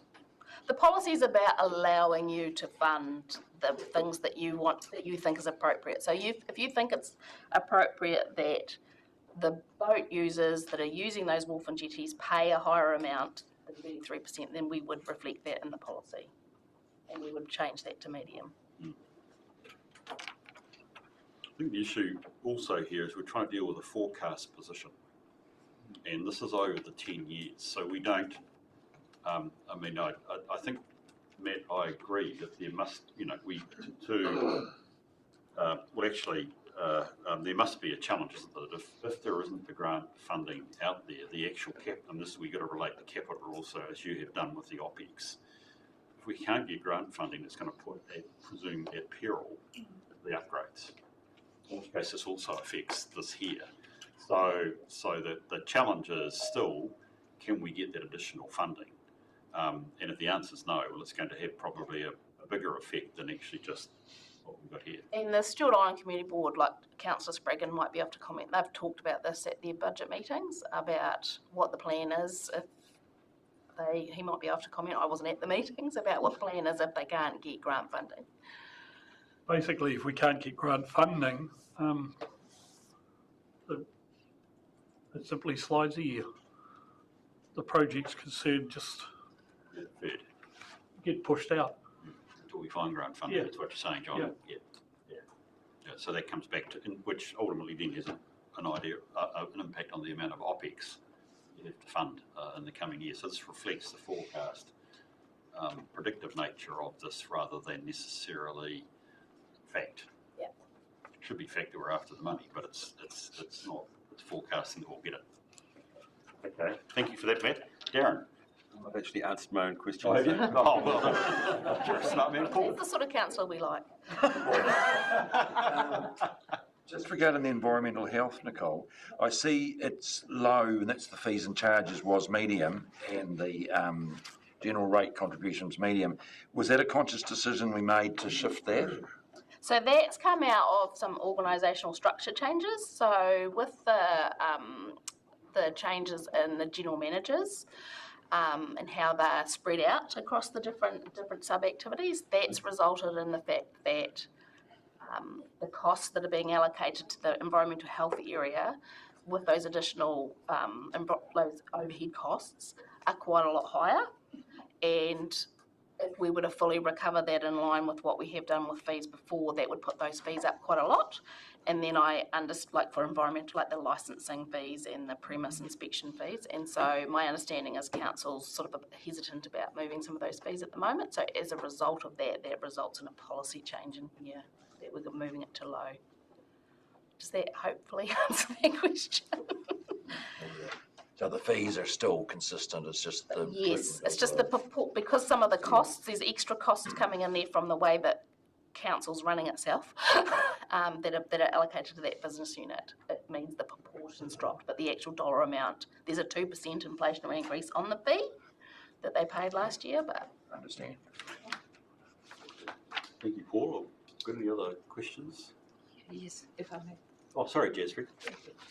The example that's given there for the airport in number 34, what do we currently value the airport at in our books? Like, I would have no idea. to gauge the quantum of what, because we've given it for different amounts. And are we looking at other options? Because I'll go back to what I had spoken about when we last discussed. It is a very hard push to ask other ratepayers to foot this bill. It's a very hard sell to tell them that you're getting wider benefits, because that sort of reasoning can be extended to everything. It's what I would call a lazy option out. So that reasoning will go for everything. You could do that to farming and every single thing. So there's a whole lot of other development going on in that area between the Milford Opportunities Project and other things. Are there some other options that we can look at right now for this funding and just take this off our ratepayers? Well, I mean, from my perspective, I'm just doing what the council directed that they wanted done at the November meeting when they put the resolution in. So, and then in that talked about the wider things about the business case and involving Great South to look at options, for establishing a CTO and having opportunities for greater income from other sources. So that's what they've asked for, that work to be done. Once that work's been done and you've got a better idea about the ability to recover or get income from other sources, then we would put that into this policy. So hopefully by the time this goes out, we have a few other options under option 5, some concrete examples. Yeah, I'm not entirely sure about the timeline for that report. Councillor Craney might be able to provide some comments. Sarah, I think maybe we'll have the answer. Thank you, Sarah. Yeah, so thank you, Bruce. So the airport review now, it has Great South actually working actively to look at generating those revenue options, and as Nicole's indicated, the figures there are based on current scenario. There is a high likelihood that is going to change, and I think even the 3-month delay in actually going out to the LTP, these figures are just examples. The CCTO part of it is a longer term thing. But what I would say is that we have to also consider that Milford Opportunities is still very much up in the air, and therefore looking to that source, given our new government and potentially some new thinking in that space as well. I don't think we can necessarily rely on other options. It was the Working Party's recommendation that we did this, and as Nicole's also said, that was endorsed by Council last year, and we are already down the track of actually now working. Great South are actively working on that with the steering committee and the independent chair that was appointed. Thank you. Thanks, Sarah, that's very helpful. Christine. No, I didn't have a question. Sorry, I went to indicating Councillor Wilburn. Okay, sorry, thank you. And thank you, Jasper. It still seems we don't really have other options, and this is sort of right at the beginning, and I appreciate you are just putting what we're already discussed, but I'm just reviving that discussion. Going down to 40 and 41. Yeah, we can ask questions, or I can give an overview. We can move on. Thank you, Jasper. I think we've come up to speed with table 3.2.1. We're recognising the policy shifts. So yes, let's go back and look at the effect. Did you want me to give a run through, or just go to questions? Look, I think it's important that we do go through, because we are. I think in light of everything, we're conscious that we're looking at our rates generally. So at our last, I can't remember. Well, we had a discussion. We were talking about all the different rating mechanisms that we have, and we talked about the fact that we need to look at the rating rate and just check that the purpose and the intent, which is in the policy, that heavy vehicle sectors who create damage pay a greater share of the cost that's actually living through the way we do our rating. And so we've undertaken a review, and we've looked at where we are at the moment in terms of the proportion of the rating rate that's paid by those heavy vehicle sectors versus other sectors. We've looked at the tonnage changes that we've put into our model and all of those things, and the policy sort of recommending a shift on these things. So if I just draw your attention, there's a couple of things to point out. First of all, just to be cognizant of, this material talks about both the policy change and the budget change. And the biggest driver of the changes in rates actually the budget change, okay? Because you've got a 27% increase in roading costs. Okay, so that's driving, when you see the rate change, that's driving most of it. And these model changes are not the majority of that, but we can talk through what the tables show. The first thing that I just wanted to draw your attention to is paragraph 39. So this is just a graph that's talking about over time what proportion of the roading rate has been paid by those heavy vehicle sectors, which are the forestry, the dairy, the farming, the commercial, the industrial, and the mining, and how that's been changing. So you can see that heavy vehicle sectors has been gradually decreasing over time. And there's a couple of reasons for that. There's one, we've never really gone back and adjusted the parts of our model, to keep it constant or similar. But there's also been a greater increase in the value of residential properties, which has outweighed some of the value of they've grown in value faster than the rural sort of heavy vehicle sector properties as well. So I would expect a slight drift downwards over that time because of that factor, but probably not the level of the shift that we've had. So we've gone from previously them paying between 82 and 86% of the roading rate, and we're currently at 77%. So the changes that we're looking to do in the model is to track that back slightly, so over a 3-year period, by increasing 3 parts of the model to adjust that back a bit and get us back to 80% by year 3 being paid for by the heavy vehicle sector. Okay, so this is the theory. So, and we do that by 3 ways. One is that we adjust the dollars per tonne in the model that we use to allocate the rate to the roading rate. So at the moment we're at $1.10, and based on our budgets, when we're looking at what's happening over the 10-year program, we actually probably need to have the heavy vehicle sector at around $2.10 by year 10. And actually, because of the steep increase from 23 to 24, with a 27% increase in the year 1, we actually need to ramp. We should actually be at $1.75 in 24-25. But what this is proposing to do is to do a more gradual adjustment. So we're talking about moving by 25 cents there in year 1, and then another 25 cents in year 2, and then another 25 cents in year 3. And by the end of year 3, you get to where you need to be at the end of the 3 years, and then you have only a gradual increase over the rest of the 10 years. Okay, so that's the first part. The second part is around the fixed amount that everybody pays. So that is currently $80 that everybody is contributing as a minimum, as a fixed amount per rating unit. That's been unchanged for a long time. So with the roading increase cost as well, it's relevant that should increase. So we're also programming in a $10 increase of that over the next 3 years, and so that everybody will be affected by that. And then the third part of the change is really around trying to think if I got out of order. I had got that page on the wrong way around. Is really around our forestry differential. And so we have had a look at those non-commercial forestry and those Indigenous properties, and we're proposing to take them out, those non-commercial forests, from the roading rate differential of forestry category and moving them into other. So essentially that means that whoever's left in the forestry, there's about 20 properties, it's not a huge amount, whoever's left in forestry pays a greater share of the amount that's allocated to that sector. So that's pretty much taking us through page 46, 47 and 48. And then when we see the table on 48 in paragraph at the bottom of that, it crosses over the report.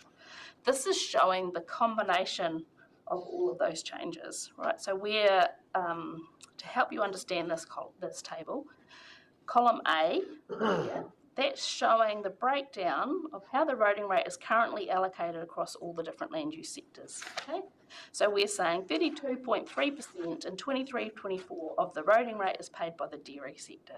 Okay, and if I 5416, that's the million. Yeah. So because the total roading rate is about 16.7 million. Yeah. So they're paying. Is that the value of the dairy properties and the? No. So the value is one of the components helping to calculate it. This is just once we put it through the model. This is the share that. Yeah. This is the share that they're paying. If we have a quick look over at column E, Column E tells us, after we've made our budget changes, our model changes that are in BC, it tells us what the total change is and what the rates will be and what the percentage share is going to be. So you can see for dairy, they're going from 32.3% in 23-24 with our first step to 33.2%. Okay, so their share is going up. And remember I said because their share has been declining over time, we're readjusting that a little bit. Okay, so we're expecting that to go up.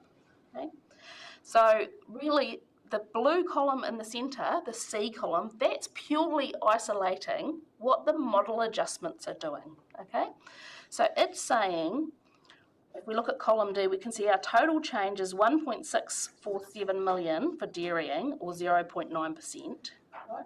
And that is made up of 276 of that is made up of the model changes, and 1.3 million, which is the majority, is because of the budget change.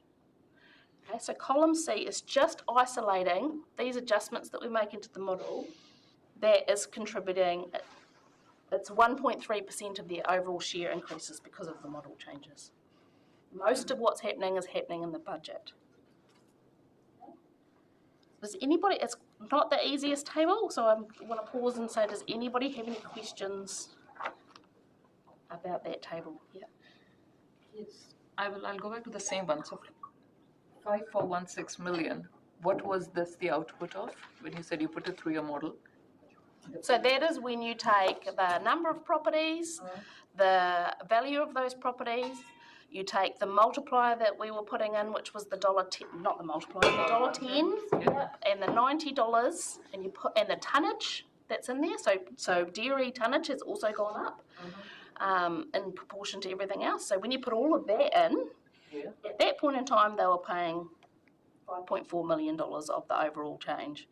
To get us to the increase of 1.6, it's the increase in tonnage that sector's had, it's the increase in value of that sector, I get it. plus the roading rate. It says million on the top and it's 5416, and I assumed if it's 5416, you're talking 5.4 billion. Have you somehow no, it's 5 point. It should be 1,000. You're right. That's where I was. It's all right. Yes. So good. We're on the same page. So their share is going up by 1.6 million. It shouldn't be million. Now, another thing, we are not doing this by use, then, aren't we? We're doing by value. Your residential capital values are being used to apportion the roading rate. Yeah, there's three things that happen. One is we take the land use sector for the heavy vehicles. Why is that different? Why is for residential you are using your capital value? We use both. So everybody, the model allocates in three levels. The first thing we do is we allocate a heavy vehicle sector amount, right, based on their values and their heavy vehicle and their tonnage. It tells us how much we should get from them, right? Then we allocate everybody the $80, and then we allocate what's remaining after that across all the CVs.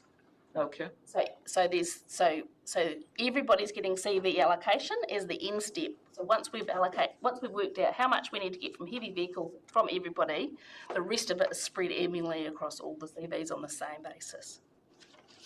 All right. Yep. And where is things for like tourism? Where is the breakdown for that sort of a thing? We don't have heavy loads. I drive out from Lumsden and you start seeing these buses. Where is the cost for that sector? I should get Councillor Duffy to answer this question. Only because you're sick of me. We had an accommodation place at Curra Bay which was paying an industrial or commercial rate. Right. That's the element that's there for it. So it's the commercial properties of the accommodation sector. We can't rate the bus driver or the bus because we can't under the Act rate a bus company or So there's no tonnages being calculated there? Yes, so we do get tonnage. It's not great information for the commercial sector, and so what we do is we apply a minimum tonnage. Okay, so they are allocated a minimum tonnage of 230,000 tonnes for that sector. There's no targeted differential there? No, but it's coming via the commercial. Now, the other thing you need to know is, this is like reaching back into my memories, and maybe the chief executive can remember more than me because he was around at the time. buses don't have the same heavy axle weighting, and they don't do the same damage as a dairy tanker. So there's scientific stuff that says that type of bus load and tourist is not the same damage, and neither is the guy in the white van doing, what do you call them? Camper vans, they're freedom campers. They're not the ones causing the damage. So hence why there's a minimum tonnage allocated, but the science says they're not the types of vehicles that are causing the damage problem. So what model are we following here right now? Is there a name for this model? We call it the roading rate model. Is this the one that came out of the Morrison Law Report? It's been adjusted over time. So you had Anthony. I don't know if you were here. We had Anthony Byatt come. Yeah, sorry. So we had Anthony Byatt who it was originally a GHD model, and then it was a Morrison Low, and then Anthony came in and he tweaked it to make it simple, because it was very complicated in the early days trying to account for every little bit. Okay? And as a rating system, it became quite complicated, and so now it's relatively simple. Because I do think if you're going to have an increase in tonnage of 1.10 to 1.85, that's nearly 70% over 3 years. There needs to be a greater transparency of how we are getting to those sort of figures and how we are allocating that. Because the sectors that need, all right, if there's not the damage caused, but as going by our models, we are not just going completely by that. We're also using land values as proxy. So if you talk of sectors that benefit, then tourism definitely falls into that, a separate one, rather than, just going to commercial. We just don't have. What are you talking You have about? an easy fall guy then? We can't rate them. Bus companies. Bus company, They're not based in our area. We can't rate them. Agreed. What I'm talking about, some sort of differentials that, because there is a benefit going there, to which other ratepayers are picking up the tab. And when we talk about equity and all of that, then there comes something to be, looking into this part of it. I think there might be a question, if I understand this correctly, as to whether your assumption about there being a benefit is accurate. What I'm hearing you say is that the hotel and the motel owner in Te Anau or somewhere elsewhere within the district has a loading on the eroding rate for an assumed tonnage. Yes. You're saying the problem around what that tonnage is partly because you're dealing with people that aren't, the bus companies you're struggling with, but there is best attempts to understand what is the tonnage of tourism on the roads, and that is paid for as an adjustment by the motel owner, the hotel owner within. Yeah, anybody with a commercial. Yeah, because we are not even, not just talk of one bus or one son, we talk of the cumulative impact of such stuff. One tanker going every day doesn't do damage the same day, it is cumulative, and that's what you're talking about. And not even damage, it's, repairs and maintenance when you're having those sorts of roads going through. It's not damage, boom, done something here. The other thing is Fonterra, your processing plants, Alliance and others, are they charged this? Are they? So Alliance isn't in our rating area, are they? Or they are? Fonterra. No, so they're not in our area. Fonterra, they charge the commercial rate. But when we've developed the model, so we had a lot of issues, and Councillor Duffy will also to beat me up, on whether we're charging the producer of the product or the processor, okay? And we went through many dialogues around that and analysis, and the end result of that was the producer is in our area. Our rating mechanisms allow us to rate them more simply, and we rate the producer of the product as opposed to the Fonterra. So Fonterra will also pay more because they're a commercial or industrial property, probably industrial. So they will also pay a higher rate, but not to the same degree. And that's where it is, that we've decided we'll be the arbitrator of how fair this is. And when you look at it, I don't own a farm and I don't own cows, but I do know that our farm owners, they get a volumetric charge deducted by Fonterra, volume, tonnage, and so on. So it should actually, and this is philosophically speaking, it should all actually be going to the processor, not to the producer there who is operating that, who is ultimately, and that the same wider benefit to the community when you look at the biggest employer.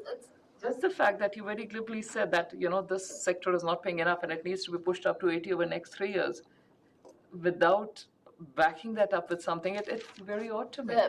The issue around the sector not paying enough is really about the budget change, okay?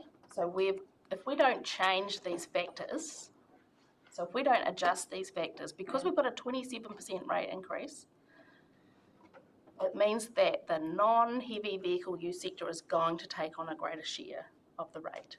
That's the effect of that. So if we don't adjust our dollars per tonne, the houses, everybody will pay more, but the residential, the lifestyle, and the other sector are going to pay more, a greater share. Or maybe a more fairer share, because I know after that report there was another one. Was it the Alan Kennard report that came out, pointing out the issues with the Morrison law model, and many of these. Councillor Duffy, you want to say something? No, after you. And many of those issues have. Sorry. I'd be keen that you finish soon because we have got other people lined up with questions. So there are the other issues there. I just seem to think that this is unfair. We've almost sort of got a fall guy, right? This sector, and we need to up this. So let's just push it there. The tonnage cost is pretty much all going to be allocated to the rural sector there. I think that's what worries me. That pre-assumption and the 70% rise in the next 3 years. I don't have a pre-assumption.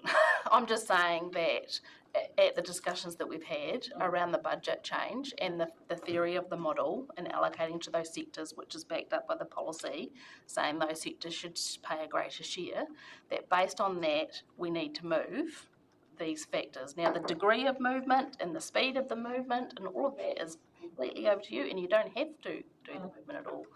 But this is just based on staff's thinking about what's happening in the budgets and how do we get it to move more in line where we think it should be based on I understand you're just a vicinity. Yeah.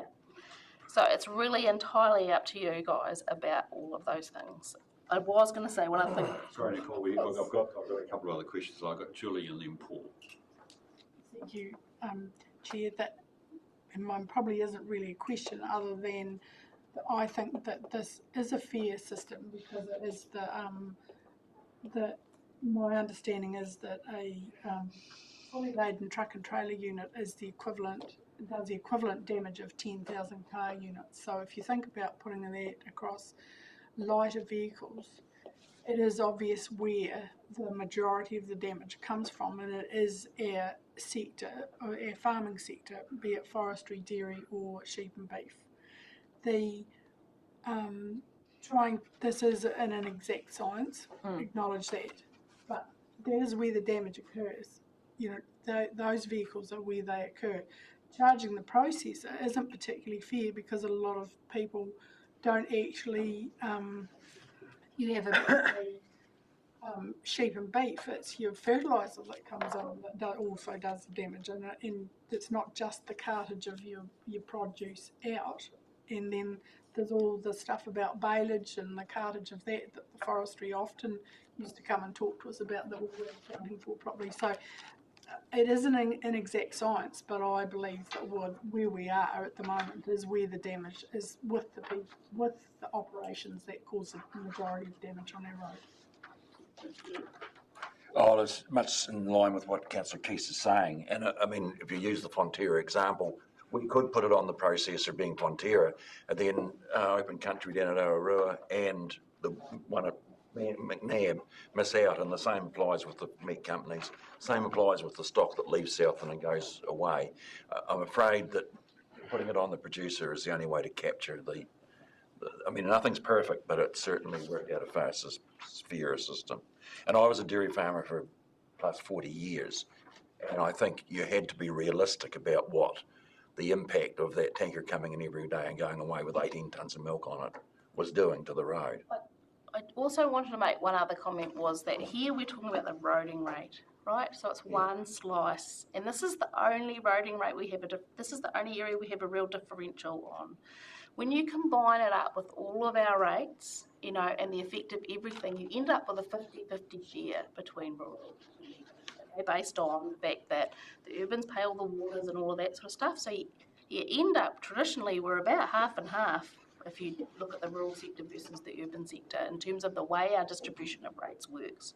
So while we can have an argument about whether it's fair on this one or not, you also then have to step back and look at the overall rating structure as well, which isn't in this paper because it's an LTP thing.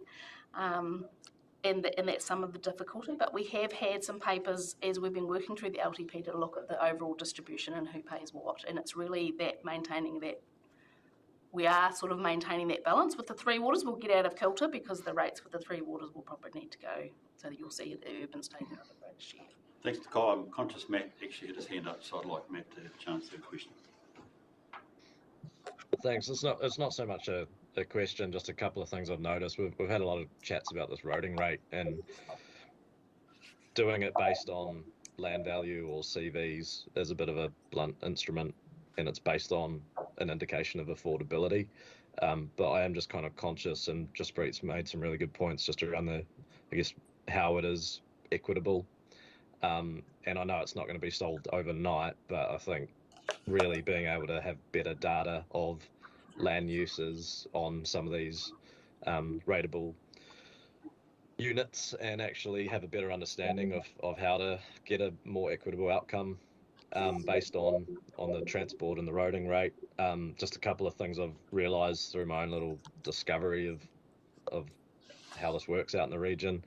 There is areas where we've got land use within land use, so there may be a large rural property that's predominantly farming, but if the small proportion of it is a mining operation, then it allows for the heavy vehicle use of mining to be operated in a farming rateable unit. So we don't have the ability to break up what the land use is, but if you do 49% mining and 51% dairy, then you're only on one of those rates, and it then means that perhaps other mining companies that are being fully rated on mining are actually getting paying the lion's share of that the heaviest of the transport rate.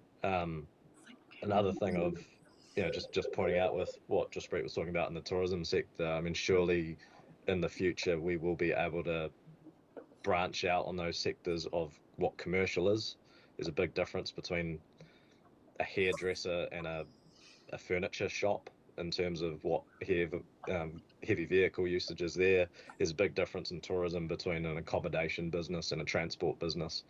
And then the last point I've noticed when it comes to residential is just the risk around the current valuations. There's some concerns locally around land value increases in the last valuation of over 400%, and the people with those titles are not being able to actually realise that as a market value, and I'm seeing that feedback from local real estate agents acknowledging that there are areas that are just completely overvalued. So for that to then be an indication of affordability and rate paying could potentially be an issue to come. So I think really looking at how this can be done better, it's not really going to be an immediate solution, probably not in this LTP, but there's got to be room for improvement, better data, better equitable outcomes. And I think there is also a lying risk right now that some of these properties, no matter what the land use is, or residential or rural, there's some real questions around how true and correct the valuations are in the first place. Thank you. Matt? Look, thank you. Can I just echo some of the observations of Councillor Wilson? The term in the future is this project. The roading allocation model is 20 years old. It has been refined. It is not perfect, but it was a recognition by council that some activities destroyed the roads more than others, and there needed to be some way to allocate that cost within the blunt instruments that we've got. I hear the reservations. I think on behalf of the team, I just need to signal we cannot look at this in any depth ahead of or as part of this LTP. It's just not going to be possible. We just do not have the capacity. Councillors that were around the table when this started will know that these are long, lengthy conversations, and in the end they come back largely to an approximation, which is what the current model is. It is not perfect. We do not have the tools to make it perfect. There is everything wrong with pretty much every system around transport, starting with the fact that we don't get our road user charges back to Southland, which is Margie's point from before. The other overlay, which hasn't been mentioned yet, and I thought somebody would have mentioned it, is that tourism tends to work on the highways, and we're not interested in the highways. Drive around Southland, you can see where the loaded lane is, you can see where the heavy transport goes, you can see obviously the trucks come out one way and they go back, and you can see the channels in the road.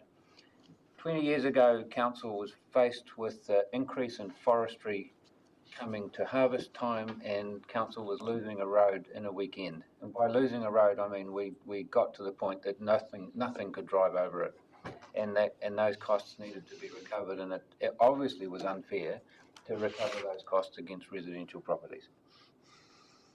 Happy to flag to review it again in the next LTP cycle. Just can't. Honestly, we just cannot cope with that in this particular run-up to this particular LTP. Thanks, Cameron. Are there any other... Derek, can I see your hand up? Yeah, my question, and it's, I know it's not going to happen.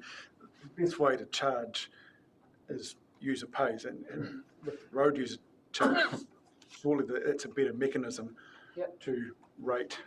So whoever... We don't have that control. I know, but that's something we should be pushing, because this way we're doing at the moment is just a bit of a pick. And we don't know how much. I guess it's just based off size about what sort of tonnage you pay, not necessarily what you're actually producing. So by doing it with the road user charges would be a fairer way.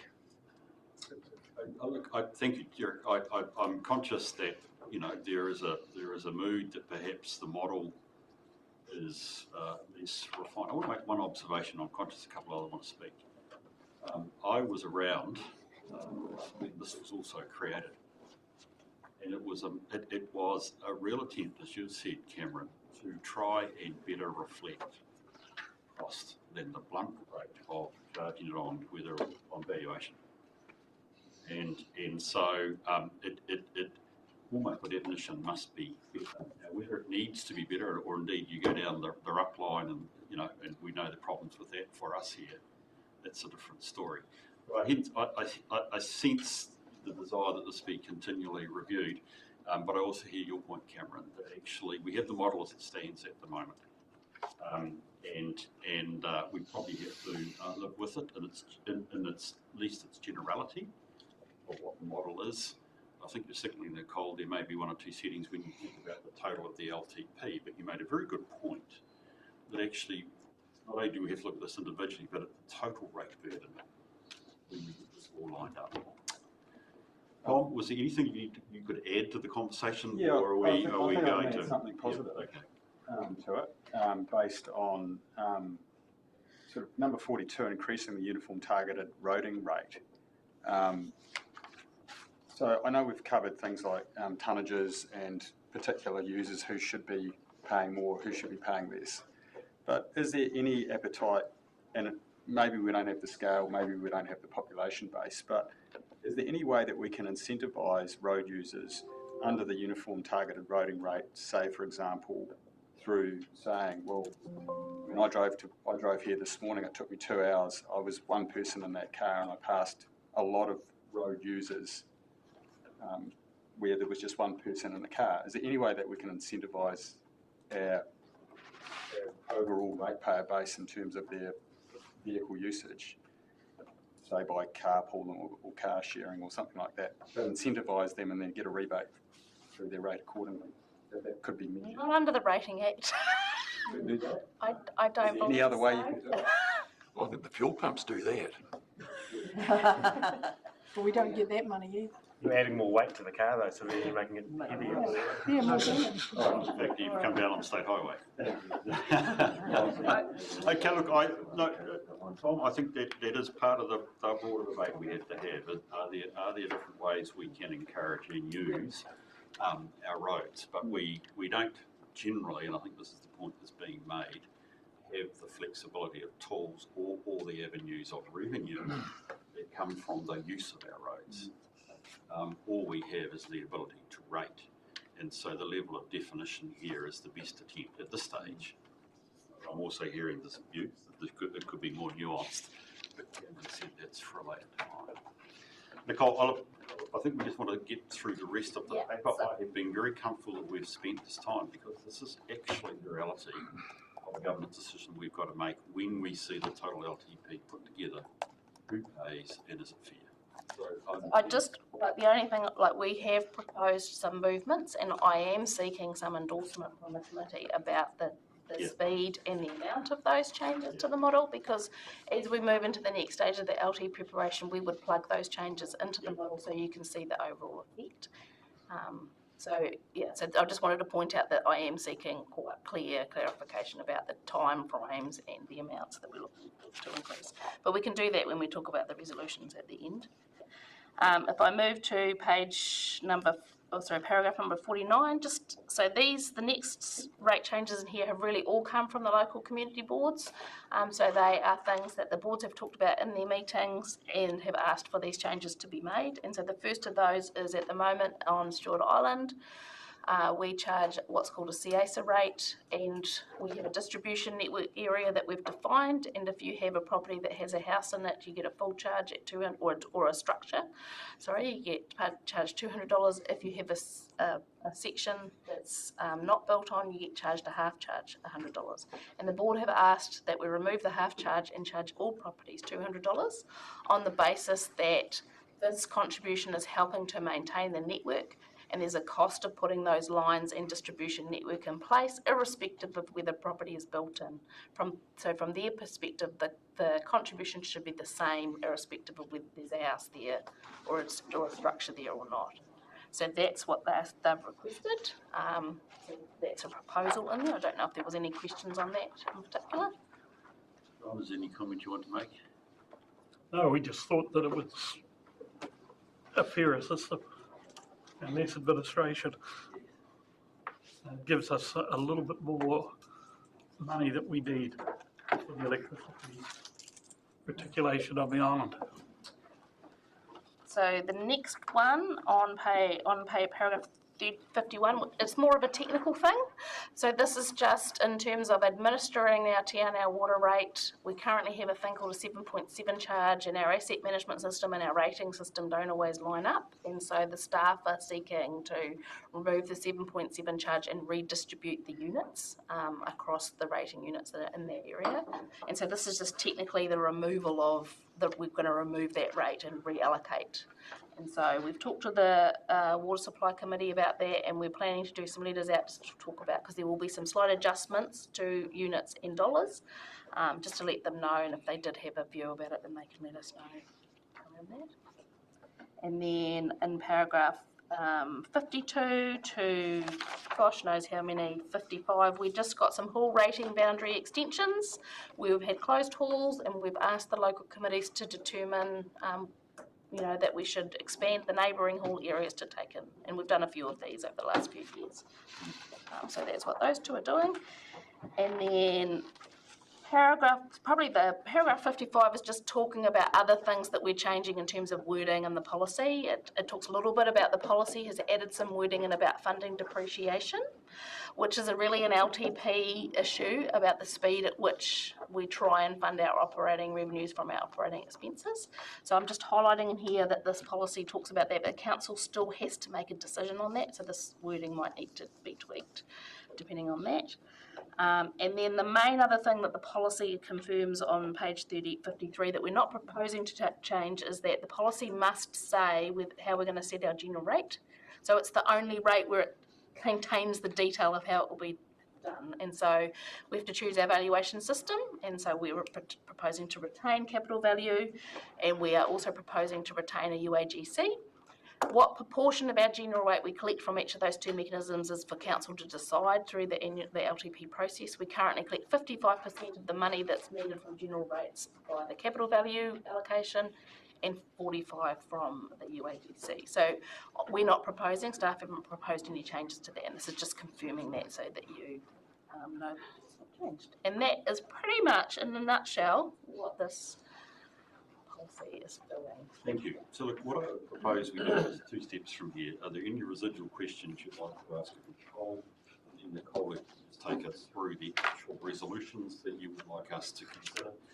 I think that would be useful. So with the remainder of Nicole's presentation, are there other questions folk would like to raise, points made about the rest of the paper before we go to the resolution? It's really just a commentary around the hall boundaries, because these are all difficult things, and just acknowledging that some people won't be happy with what's proposed here, but that is for them to actually make a submission and get the change, or seek the change that they're wanting. Because, yeah, we have to have a starting point, and so that's what these are. So, yeah, our convention has been with these now just to write to those people and let them know how it's adjusting and how it will affect them, and they're welcome to come back to the board with the feedback. Yeah. Thank you for that. Any other comments or questions? No. Can you take us to the resolutions then, please, and what you're seeking? So if we go to resolution D, essentially this is just saying that you're endorsing the policy that's in attachment A as written, okay, and noting that there may be some changes that the committee suggest, or some updated financial information, which is like around the depreciation funding that I'm talking about, that might change, that we would need to reflect in any updates. So we're just seeking your endorsement of the policy and the changes that are in that. Okay. Do you want me to talk about them all together? I mean, I think we've got a clear sense, but just keep going. I think it'd be useful. So in E, we're talking about the consultation items that are related to the policy or the rating changes. And so the first one of them is just confirming the 5 options that have already been resolved by council for the general rate funding of Te Anau Airport. And I haven't put the options in there because they're already in the resolution that's been passed prior.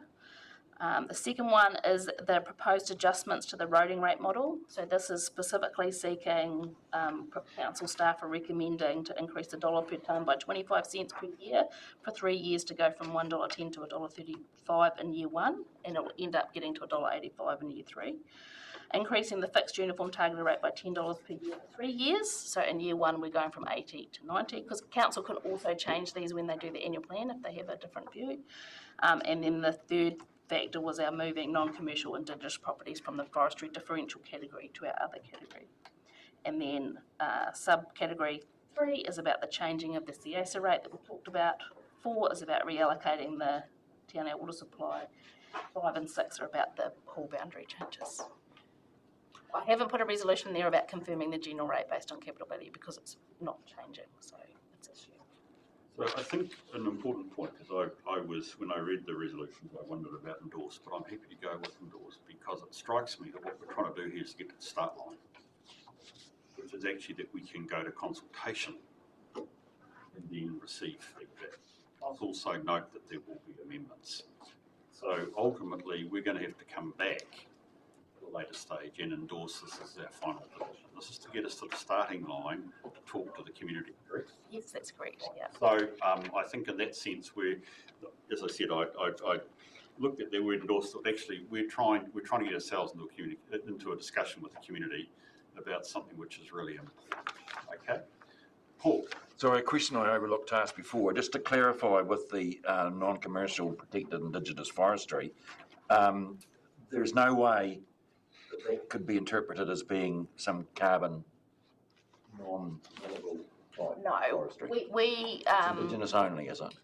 We haven't, for the purposes of the exercise, defined non-commercial. So as we go through the process of looking at the properties in that category and determining whether they're commercial, we may come back to you with a clarification of that we could call on the rate space, but we actually haven't done the homework to know of the 20 or 30 properties which ones aren't logging anything and which ones are. And so there is some communication and work for staff to do in that. Okay, so, I mean, I'm not trying to necessarily corral the conversation, but I'm trying to get us to a conclusion. This is about enabling us to go to consultation.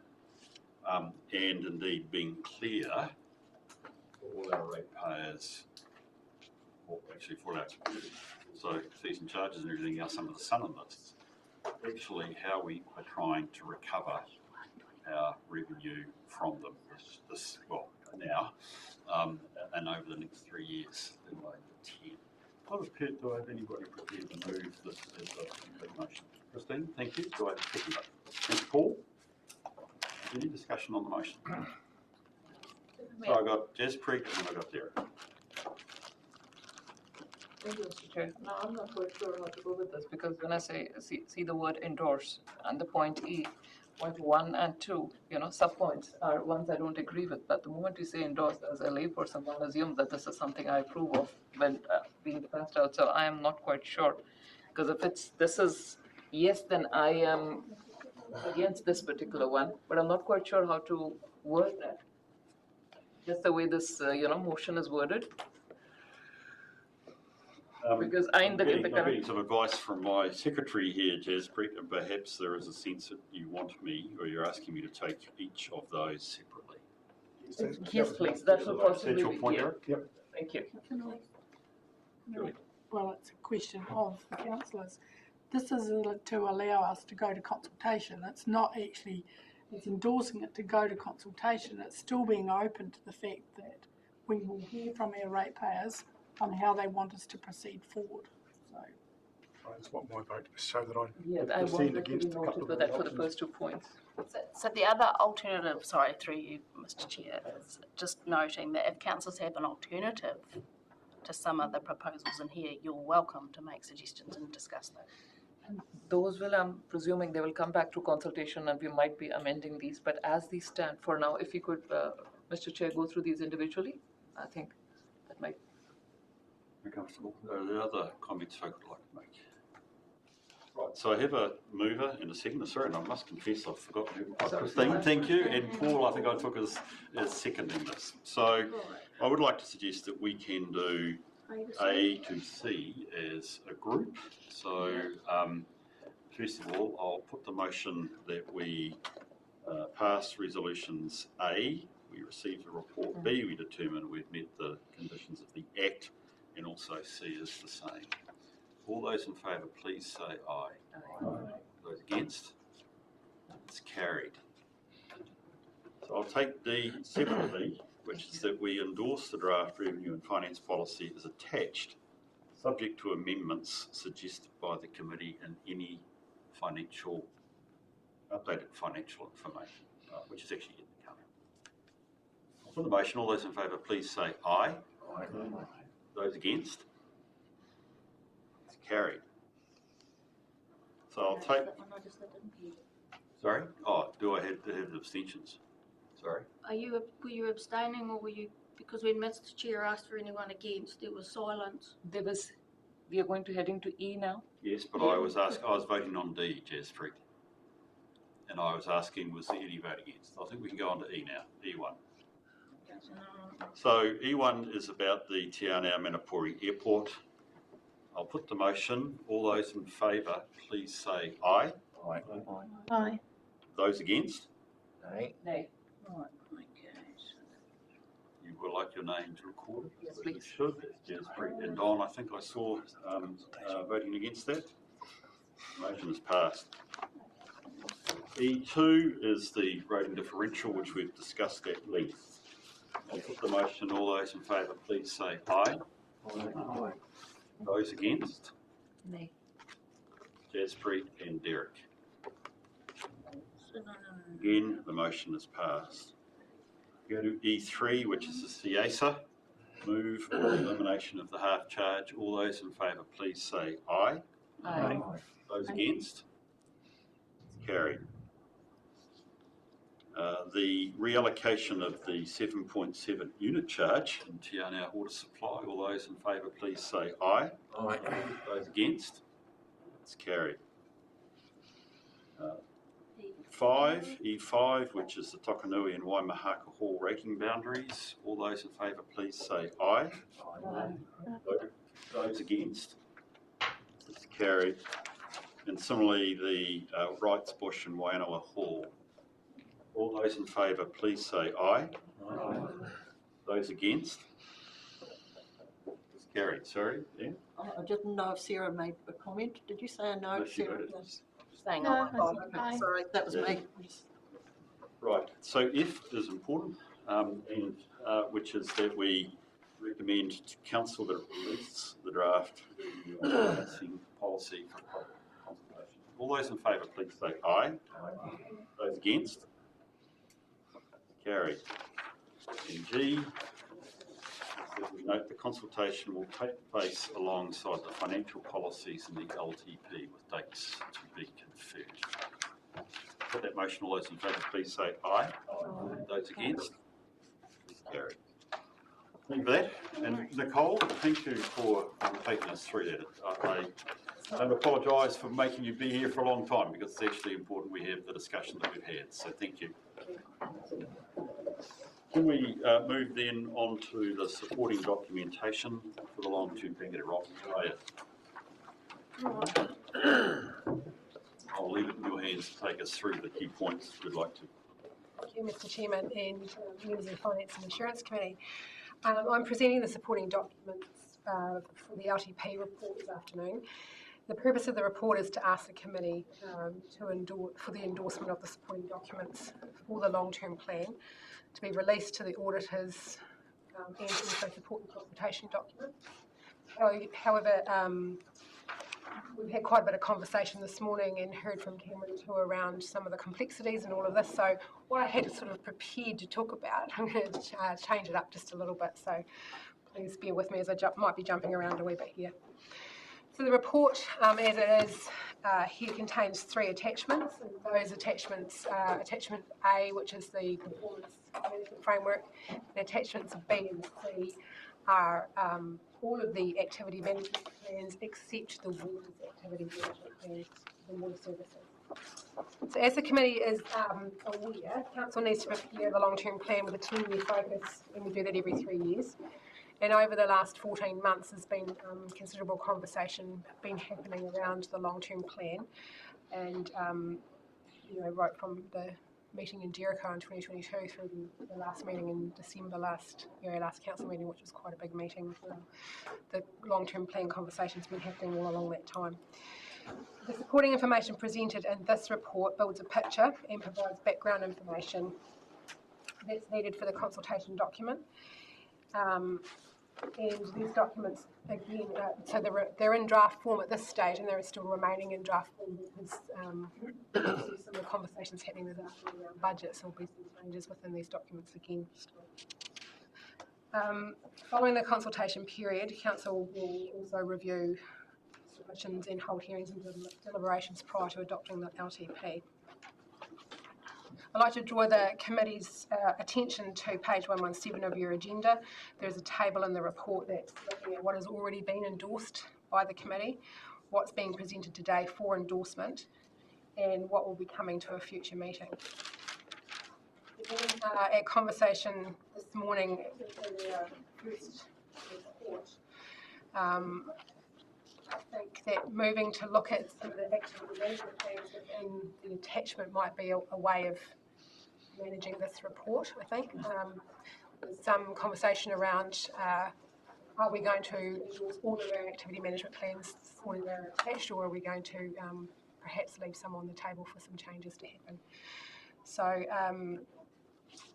guess I'll take your lead on that, Mr Chairman, whether you'd like me to look at that resolution and list those activity management plans out and do it that way, or look, I'm sorry, perhaps it's code. I'm not quite certain why we wouldn't adopt them today. I think that's what you're saying, is that we lift it and we don't adopt them today. Can you just explain for me the reason why? Because I am conscious that we need to make progress. I mean, I perhaps have the odd comment, but I'm comfortable with them. Is there a reason for that? Okay, Cameron, do you want to talk to that? Maybe that I wasn't here for the discussion this morning, sorry, and maybe that I'm missing a beat here. Having to repeat ourselves, apologies. Thank you, Mr. Chair. Look, I just at the beginning of the meeting, I was just outlining the complexity of the situation that the activity plans were built on a different set of assumptions in terms of legislation, and some of that stuff is being repealed as we speak. And the implications of the sum of the parts for the activities actually just isn't realistic. And I expressed a personal view that I'd be uncomfortable recommending to council that they went out to consult on that basis. And so I was really saying, actually quite specific, we think the transport plan is good to go. We would like that to be adopted today because, and I explained earlier that you know, our transport activity is reasonably large but reasonably sophisticated, and doesn't have the how should we put it, activities that are less likely to be favoured in future funding divisions from Wellington. But I also spend a bit of time talking about the fact that the government policy statement is yet to come out, and that we are highly likely to find ourselves in the same dance that we found ourselves in at the last LTP, that we have brought an activity plan based on our needs from our assets, from our you know, good quality information, and that it doesn't match the funding priorities. That uncertainty we just have to accept. I talked briefly about this morning about the implications of us having Three Waters back, because at up until last night, we were legally not allowed to show Three Waters in their long-term planning, and we've been assuming that it is not going to be there. We now know that it is, but actually there's a few other things around potential for CCOs. We are really saying some of these activities, we wouldn't mind a conversation with council today, but we're not expecting that AMPs necessarily have to be adopted today, because they might not quite reflect what council might want to say. What is if you like, a coherent plan to go out to talk to the community? So in fact, it would be, look, I appreciate that, and I was reflecting on the table as you helpfully put us there, Robin, that actually there is a level to which the discussion is always a bit difficult without indeed the full financial model. And even our rates discussion related to, we're actually going to look at the whole rate burden, not just one particular thing. Effectively, you're saying that the infrastructure strategy, financial strategy, and indeed the model needs to be in front of us to get a stronger sense that the asset management plans are pitched at the right level, correct? I think that's a nice way of bringing it all together. I'd probably feel that you know, if you're thinking about constructing an organisation and a plan that isn't going to be doing RMA work, that isn't going to be doing Three Waters, and is going to be focused on other things, you would probably see a sort of a slightly different flavour coming through in the activity plans. When it happens like that you are now doing Three Waters, well, you've got to reflect I've been using the word unrealistic, undoable. The reality of that on the budgets is in itself causing the staff to have a look to say, hang on a minute, this just isn't going to work. So in that, we think there needs to be a bit of a, if you like, a realignment in where the priorities will be and what the shape of the collective plans needs to be, so that there is something to come back and present. And I was waving the flag today to say, given the state of change, given the uncertainty around that, we aren't so sure that we would want council to adopt today. But I also said we don't have very long to bring it all back together. I was just leaning across to Anne to say, when's our next meeting, knowing that there's that other stuff, so that can't be too far down the track. And if I could, Mr. Chair, I floated that we would probably come back to council to say we would like to exercise the 3-month extension, but we probably, my heartfelt suggestion to everybody is that we still do an audited consultation document and we still aim for an LTP only using the 3-month extension, then we don't go to the 12, because that actually probably isn't as attractive as it might appear. Appreciate that. So look, just for clarity then, Cameron, that I've got it right, and I'm sorry that you've had to repeat the conversation twice for my benefit. Essentially, you're saying the AMPs, let's deal with them later, with or without excluding transport. Do you want us to deal with transport today? Transport, we would like transport to come through today if we could. Okay. So we can deal with transport today, and we can deal with the draft performance management framework. I think personally, Absolutely, yes, please. And the other ones we will take off today's agenda as we go through it. Thank you for that. That's really good. We're going to make a crack at it again. I'm conscious of the break, but we've got another quarter of an hour before lunch is ready. So let's have a crack at the draft performance management framework, Robin, please, and we'll work our way carefully through it. So the performance management framework, attachment A in this report, we brought the performance management framework to council in a workshop back in November, where we looked at the KPIs that are in there. We've made some changes to some of the KPIs under each activity. There've been a couple added around requests for service in 2 of our activity spaces. But by and large, those KPIs hadn't moved significantly. There was another one added for halls, where we were looking at trying to collect some data around the usage of our halls as well. Hopefully that data will help then feed some other decisions further down the track.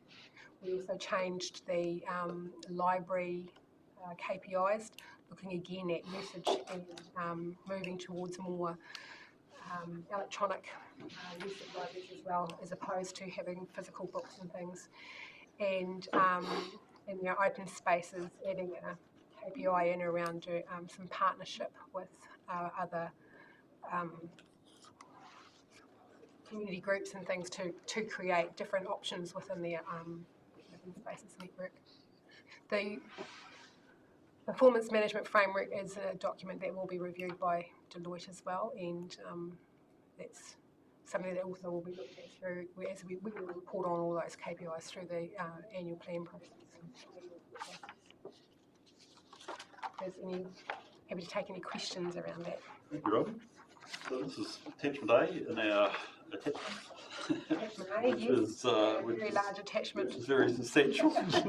Look, as you say, there's been a level of work, there's been a level of exposure already. I do like the layout, which is really good. I think it's very clear what we're aiming for here, and it is important that we make those KPIs and level of service statements, because actually that's what we're spending money to deliver. So, folk, do we have questions, comments to make about Appendix A, which is, as I say, the performance framework?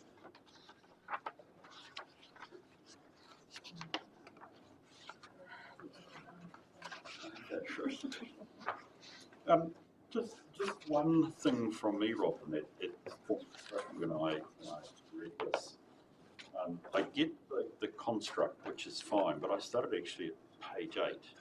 And I mean, I haven't been party to this. When I say that I haven't been party to it, that's not a complaint. I'm just saying naturally, I probably wasn't.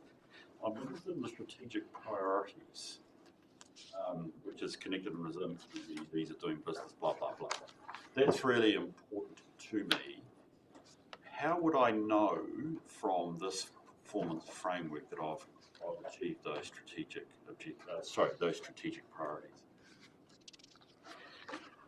Thank you, Mr. Chairman. That's a good question. So the strategic priorities are in your document. If you look on page 9, where we've got community leadership in there, and you come down into the next table, you can see the strategic priorities are set alongside on a column on your left.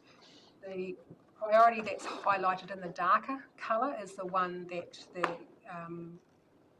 activity and the KPI is directly linked to, and the lighter colours as you go through the document, some of our activities link into more than one of those strategic priorities. I'm wondering if in the future, when we're doing our interim performance reports, we can link back those KPIs into the strategic priorities as part of that interim performance report. just interrupt? Could we just maybe just get, actually go through the column? Just go through an example of one. When you talk about the strategic priority and you talked about a darker column, we just weren't quite following. Okay, so on page. I've got outcomes and activity objective, but I haven't got priorities. Okay.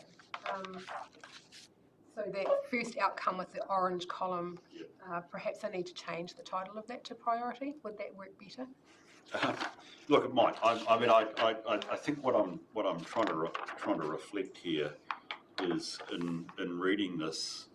The reality of it is we know we're successful if we hit both our strategic outcomes and what are our priorities. And without wanting to ask you, give me a 101 on what's the difference between outcomes and priorities,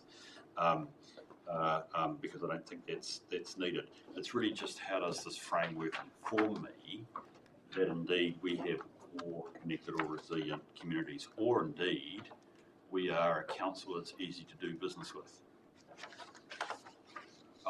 I just think that's not something that I'm easily seen or as relatable to the performance framework.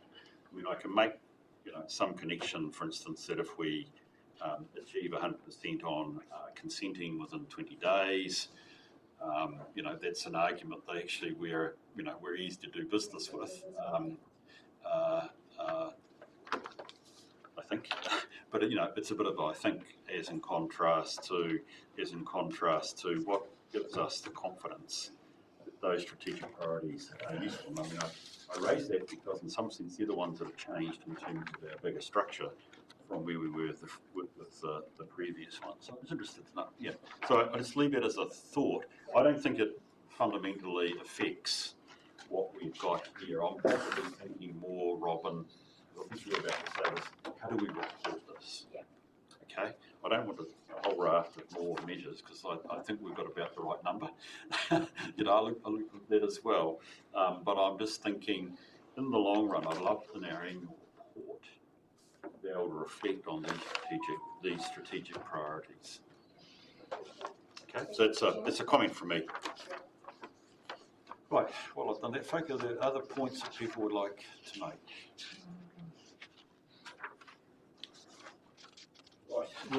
Oh, sorry, Christine. I don't know why I didn't see your hand. My apologies. Just a general question, just around the KPIs. Where they are less than the current performance, why would that be? Through you, Mr. Chairman, can you give I'm an looking example for of environmental services and page, please. Page 19.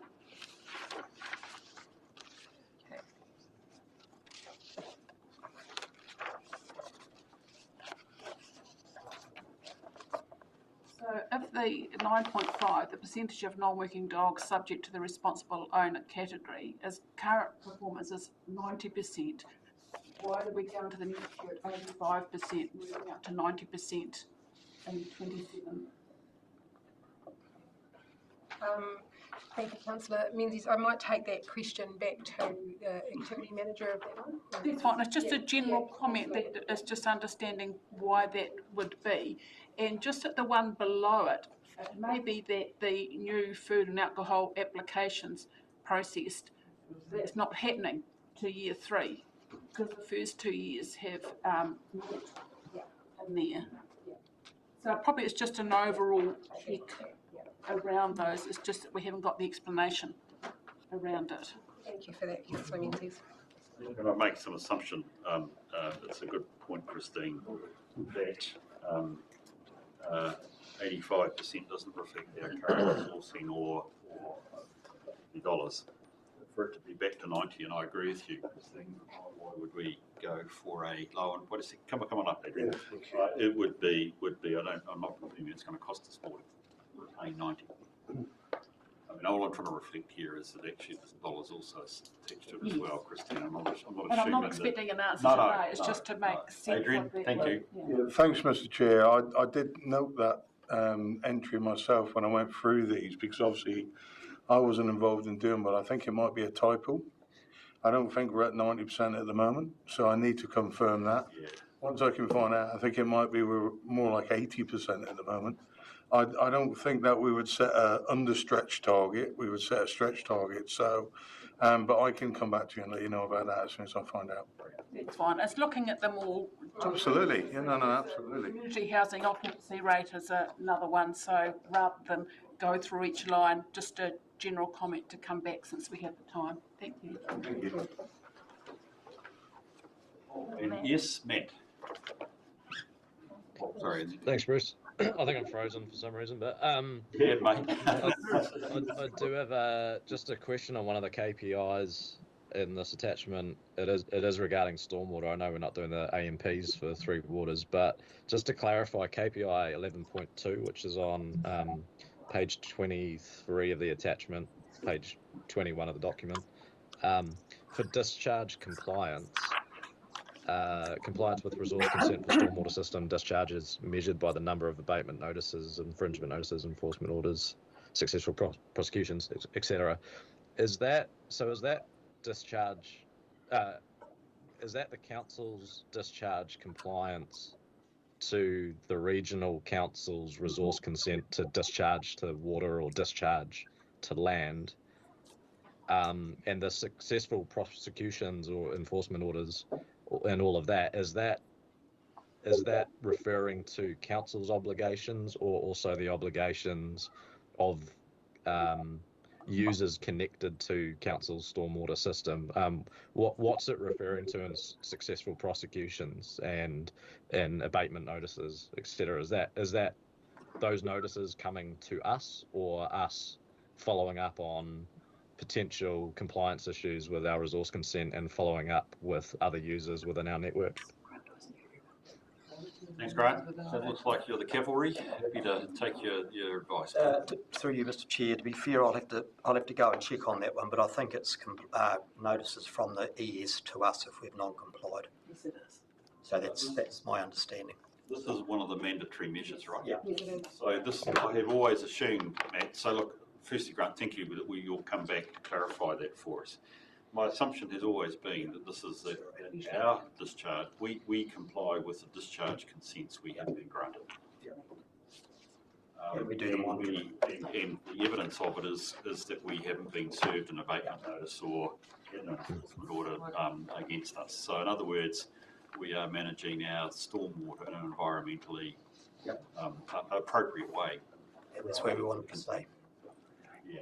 Does that make sense, Matt? It does, yeah. I guess just checking checks and balances that that we're on top of compliance within our networks, even if we're not receiving those abatement notices or infringement notices. Just, I guess, checking that there's some due diligence around what is going on in the network and check that there's no levels of risk that we may actually be susceptible to some of those issues and failure on that KPI. Through you, Mr. Chair. Look, we have a very organised method of monitoring and going up and doing our own stormwater monitoring on a regular basis. We also get audited with ES on a number of those through the year, where Ruth from ES or one of their people come out and actually do a check with us, so we're on the same page, and it's a benchmark that we're doing everything correctly, and then they do their own independent. So between the combined ours and theirs, I was quite amazed how much we do actually, but it's a lot, and it's costing a lot of money. Thank you, Grant. That's helpful. So that's good to understand the process. So, Matt, there is a level of, you actually saying a high level of monitoring, Grant, that gives us a level of assurance and fair warning if we were running a risk around an abatement notice. Julie.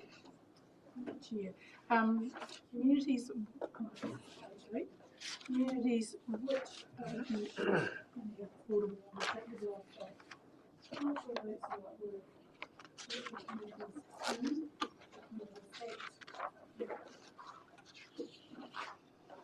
Anybody else got that problem. Can somebody Wordsmithing. check the wordsmithing on that, please? Thank you. So is which the most appropriate? I don't even know how do you describe the word which? I'm not an English. I failed school C English, so I can't comment on what is the right word. Is that grammatically correct?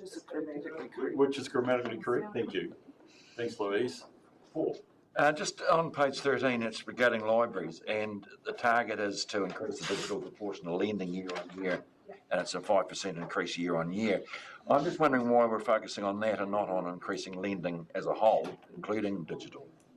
That conversation was about, initially was around looking at the cost to council around libraries as well, and where we can increase the digital lending, we can start to decrease some of the physical purchasing as well. So I think it was like a cost-based KPI, but I'll take that back to activity manager. So I think if I can reinterpret, Robin, you're saying it's actually the broader services of a library, which is more than just lending box, is access to. Okay, cool. Thank you for that, Paul. Any other questions that we've got at this stage? Okay, look, that's really useful, Robin. I have a feeling it's workable. Sorry, that sounds underwhelming, doesn't it? I think it's got itself into good shape, and thank you for that. It is actually pretty good, as you can see. I often think is this a suitable basis to go forward? I think it is. It's always, to me, the trick is how we report against these. And it's not just whether the percentage is achieved, it's actually just the real life experience on the ground. Because they're the receivers. Okay, that's great. Like, we've got a long morning. I understand at 12:30 we may well have lunch. I'd like to suggest, if it's okay, that we have a break now for lunch. We have to come back and deal with the transport asset management plan, but sorry, Robin, but I suspect the transport asset management plan will have a reasonable degree of discussion, albeit that we want to deal with appropriately. So, members, just checking with you, does that make sense? Or do you want to deal with transport now? Lunch, please. Pardon? Lunch, please, because I haven't had breakfast yet. I want to get confused over which word. Okay, members, I've asked you the question. Are you happy to have a break now? Yeah. Okay. We can do that. Robin, does that upset your program to come back this afternoon? Not at all, does it, Anne? Thank you. Okay, well, let's have a break now. I think can we keep it to the half hour? Okay, so we could reconvene, please, at... mentioned this morning, it's important to point out the lack of certainty that we have around the funding, knowing that we have the 55%, but also not knowing what the total package will be around that. And the implications of that, meaning that there could be further postings for the bridges, further reductions in speeds on roads, and or potential further closures in bridges as well. There's an opportunity being announced from our coalition government, that being the 100 million set aside for Otago and Southland bridging. But at this point, over the next 10 years, but at this point we don't know how that funding is going to be allocated and what it's going to mean for us in Southland. Not the expert on the activity management plan. The experts are here, so I'd like to hand over for any questions that may be around that. I think it would be useful, actually, Fran, Roy and Susan, we had some contextual comments and perhaps key points that you'd like us to focus on before I open up. So I'll let you guys continue the conversation, please. Yeah, so I guess to be fair to Paul Roy, he's been involved at the start of the process and then got called in today, unfortunately, with Hartley being away to meeting that he attends on a regular cycle.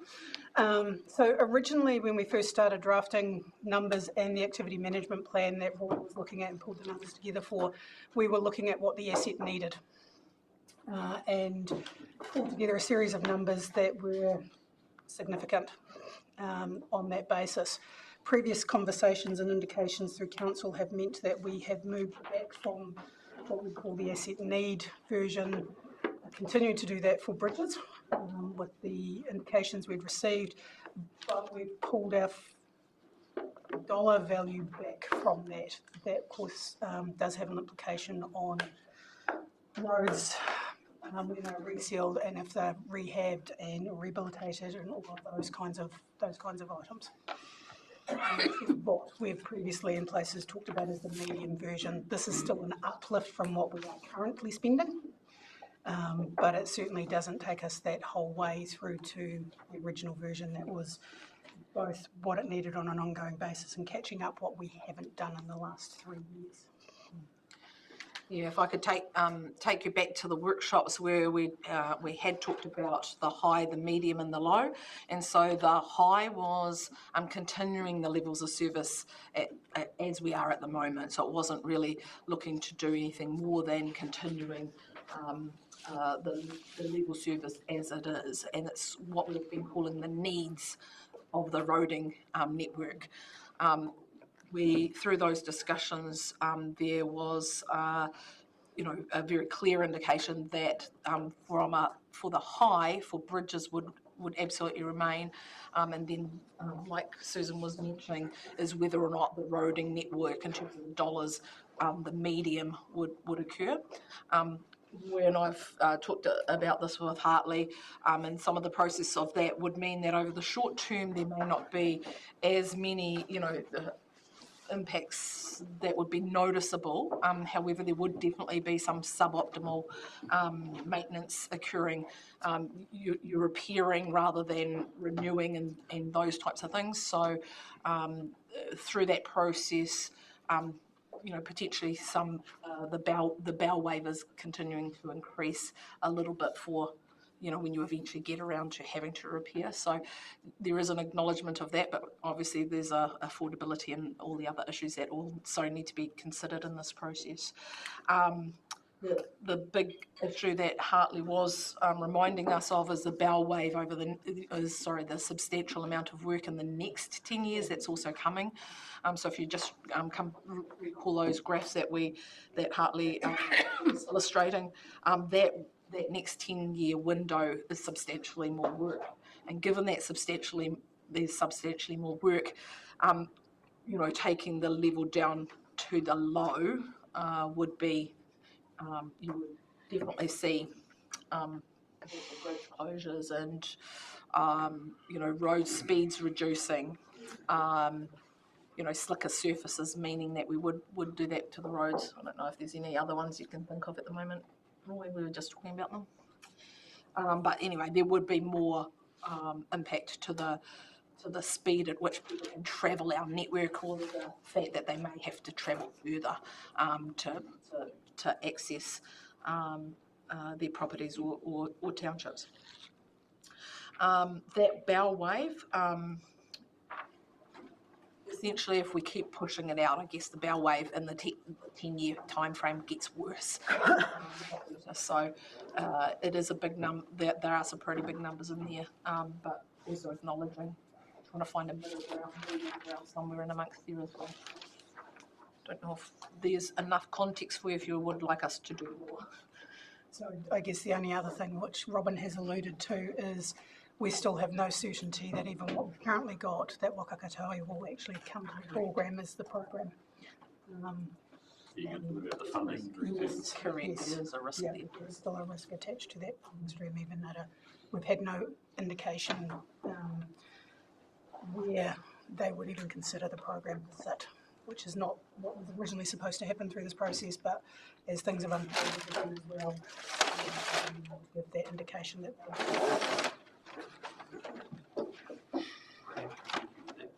Yes, Rob. Just if I may just add in with that 100 million that they talked about, I've asked a key question around whether that's got the FAR rate attached to it too, because that makes a big implication as to what we're doing here. If it's here's 50 million to do a bridge, or here's 50 million and you've got to supply the other half of it, which, so I'm still waiting on an answer to that question, and a lot of others around the parameters of what that money would actually have.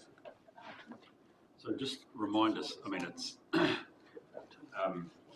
prioritisation starts to come to play when you feel constrained around your revenue. So just remind me, Susan, what is the revenue assumptions you have here? So we are currently assuming for every dollar we spend on the roading network, Wakakataui will be providing us with 55% of that money. So that's the assumption. That's the assumption. Say GPS yet to be defined what its priorities are, and even potentially whether it's going to play with far rates. So the only, well, theoretically, if you'd asked me 3 years ago, I would have said we knew what our far rate was, because they have actually already sent out that piece of documentation saying the far rate for Southland District Council is sitting at 55% for the next 3-year window. But I am aware of the work that's also being done by people in this room about that. So whether that might move in some way, but we worked off that standard documentation they sent out where we're at 55%. I guess just a reminder that that is an increase from 52 that we are currently at. Some of our neighbouring councils also do get more than that. The other thing that does come into play with this one for this LTP, which is part of a report that Hartley brought through to council in December, from 1 July 24, Wakakatoa are basically handing us back Lower Hollyford. So previously we had a special far rate of 100% for Lower Hollyford. From 1 July we will be at 55%. So in context again for this AMP, generally maintenance in a year up there is up to around about $100,000 on average. Our problem is weather events and what we'd be considering to do after one of those, and we certainly do not have any of those weather events budgeted for. And those 2 million was the last, at least 2 million was the So last one. yeah, so February 20 was 2 million. The one in September, which NZTA or Wakakatoa paid for through their other hand, is in the vicinity of about, I'd say, 170,000. We've just had a claim for 200,000, including standard maintenance. Hollyford, well, it could well be. You can't say the February one was just the one off, because it's actually called life up there in Hollyford. Again tomorrow. Yes, absolutely. Yeah, appreciate that. Right, are we, folk? Thank you for that. So it seems to me uncertainty around income, but we have got the assumption that the 55 rate will occur, which gives us something to bat off then in terms of prioritisation. You've got a plan now that actually seeks to deliver what it can within that known funding constraint, which is giving rise to some significant statements here around the amount of work that can be done. And I think you mentioned bridges. I've seen also in here comments about some, this is the downside, the dark side. At the end of the useful lives, tar-sealed roads reverting to gravel. So that's perhaps, Roy, it might be useful just remind us the positive side. Bear in mind that we also had a rating discussion today, recognising the costs have gone up 27% before we even sort of started the process. Perhaps what I'm trying to get to here is, so what can we, what are we doing positive? What does the asset management plan positively show us at this point? Can do. So one of the positive aspects is actually increasing our drainage budgets, but with the view of asset preservation. So therefore, hopefully it will delay the need for significant heavy-duty maintenance or renewals. So you will note in the drainage section there is a significant increase, but that has effectively offset an even more significant increase in the renewals budgets.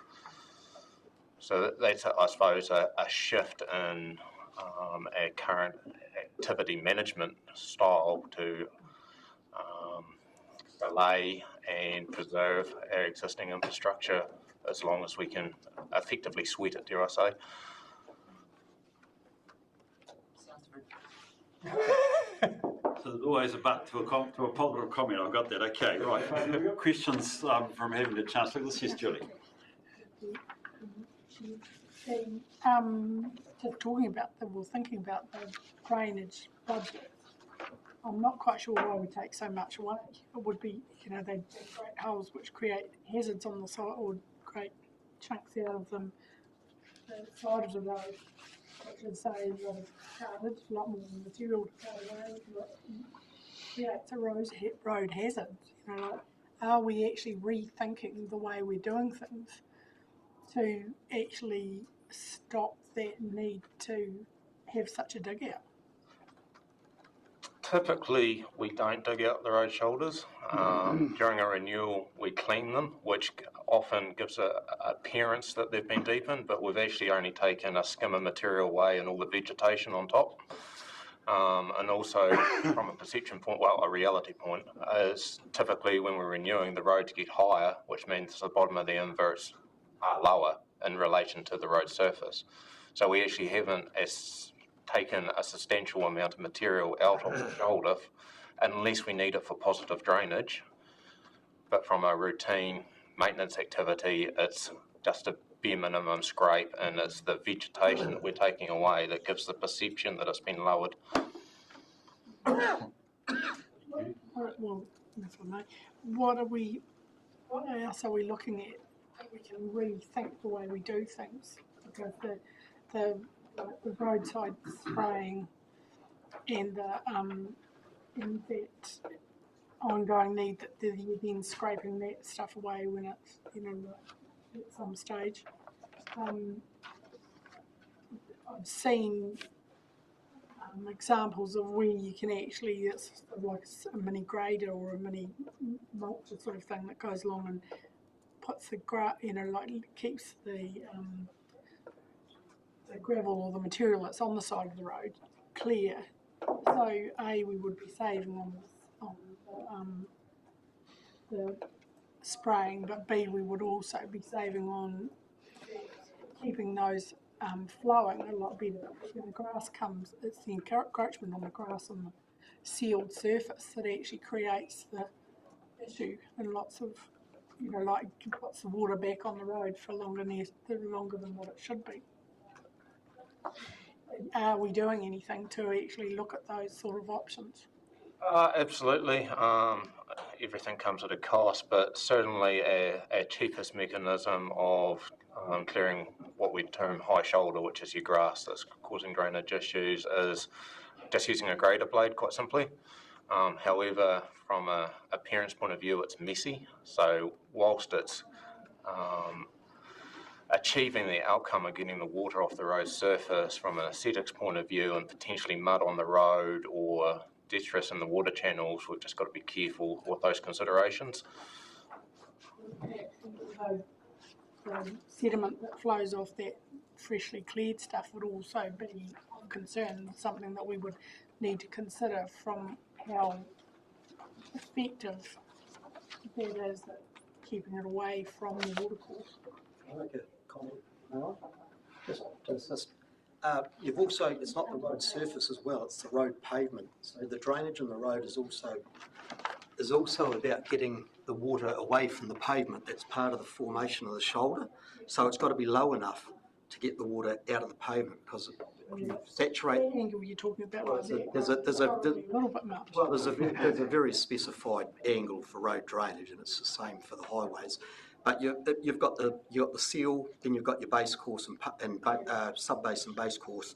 You've also got to drain that, because if that stays saturated, you'll have massive problems with your road. So it's the whole drainage. That drainage is about the whole pavement, not just the surface. It's more than just getting the water off the surface. And doing drainage like the way that it's done on the highway here is your cheapest form of keeping a pavement as long through its life cycle as possible. Good drainage will make your pavement last longer. That's 101 roading engineering. Thank you for that, Julie. Christine.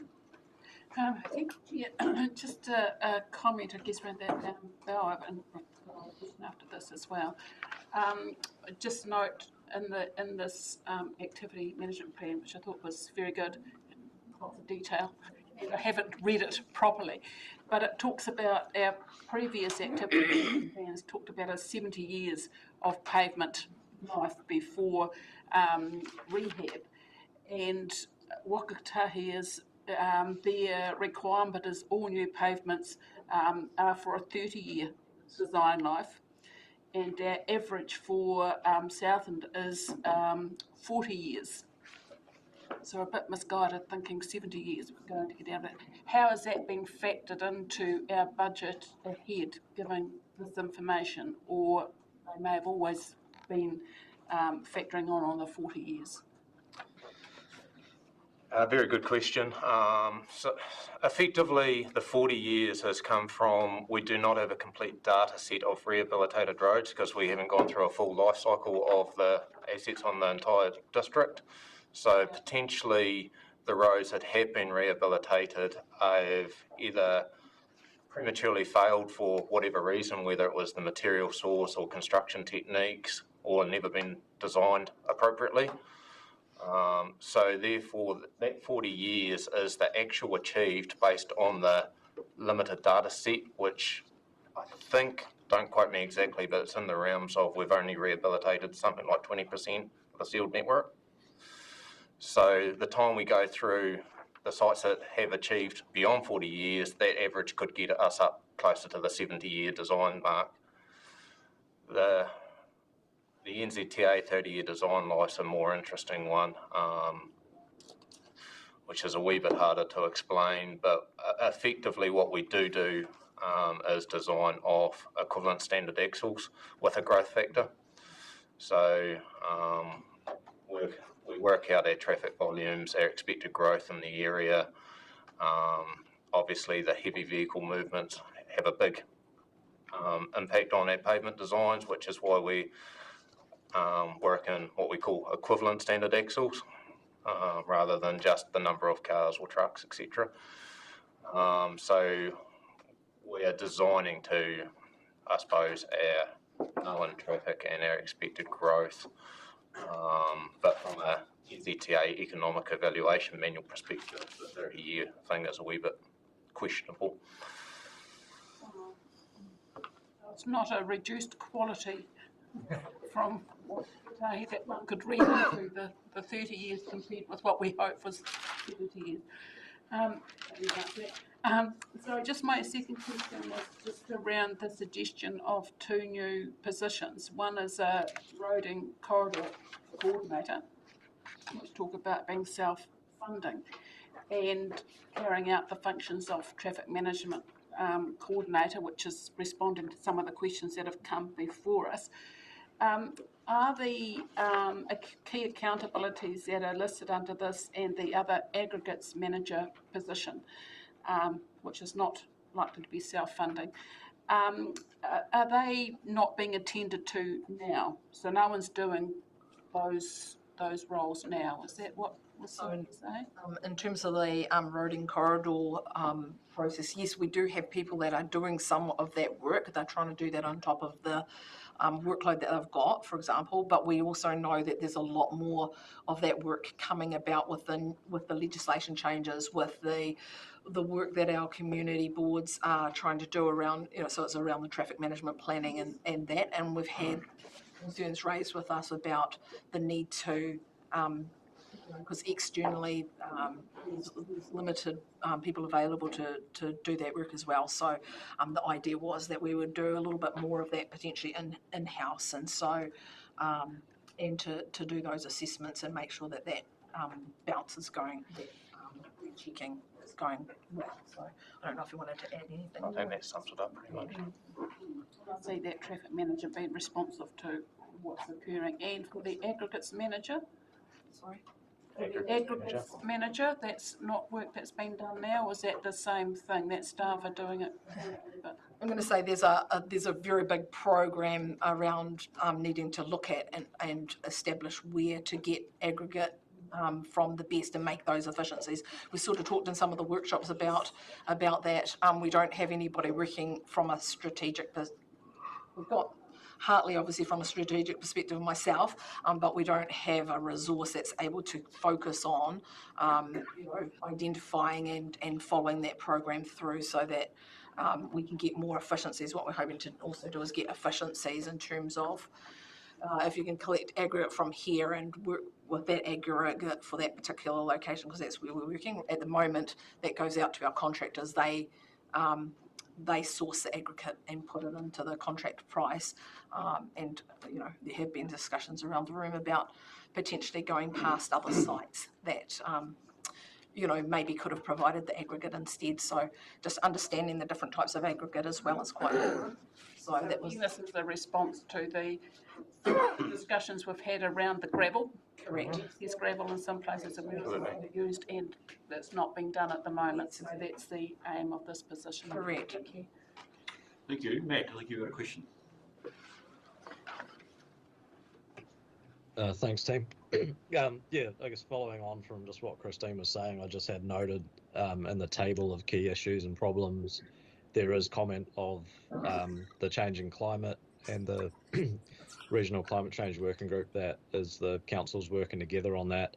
But I did wonder whether in this AMP, the options presented based on that identified issue and problem is very much based on organisationally some of the opportunities to mitigate emissions and electric vehicles, less energy in the offices, encouraging staff to walk or e-scooter to work, all great ideas. But in this particular AMP and knowing already the conversations that climate change working group has been involved in, I do feel there's some other options to lay out in that segment, not just the emissions mitigation opportunities for the organisation, but some practical specific to transport. And I guess following on from what Christine was just mentioning, that being able to support and promote minimising material cartage, coordinating with regional partners, and I guess the Environment Southland Gravel strategy opportunity being one of those already identified. And another thing I note is, because we do need to identify the risks associated with people, environment and infrastructure, we probably don't need to wait on that working group to determine that SDC needs to really supply a stock take of those high risk areas. That should be data that it's going to be up to SDC to provide with its own autonomy. The other councils will be working on that themselves. So there's no mention of utilising the LiDAR information to be able to help identify those potentially at-risk roading corridors. There's got to be some historic data of issues. I mean, we know the issues at Colac Bay. I know locally we've had that historic ongoing issue around Gallagher Road at Mossburn. Hollyford, if that's ending up kind of back within our scope, that could be identified as a fairly high risk. So I think within that options table of this AMP, some more transport specific things such as that, minimising cartage and utilising the LiDAR and the current data just to ensure that we're not waiting for that information to come through from the regional group. That regional group is really going to be for taking all the independent councils' information and looking for opportunities to collaborate regionally, but it's not something that individual councils can kind of wait around for that to do. There's got to be some investigation work into that, and if there's questions of whether a road based on the historic data of issues after weather events and then the LiDAR information, we've got the Great South Coastal Inundation and Erosion report as well. If there's any factors of roads in those reports that really suggest, well, we shouldn't be planning a 10-year program of maintaining roads that may actually shouldn't be there and need actually other alternative solutions put in place, and then those conversations go forward to the regional transport group or the climate change working group. Just want to encourage that autonomously the council and in this AMP is front footing some of those ideas.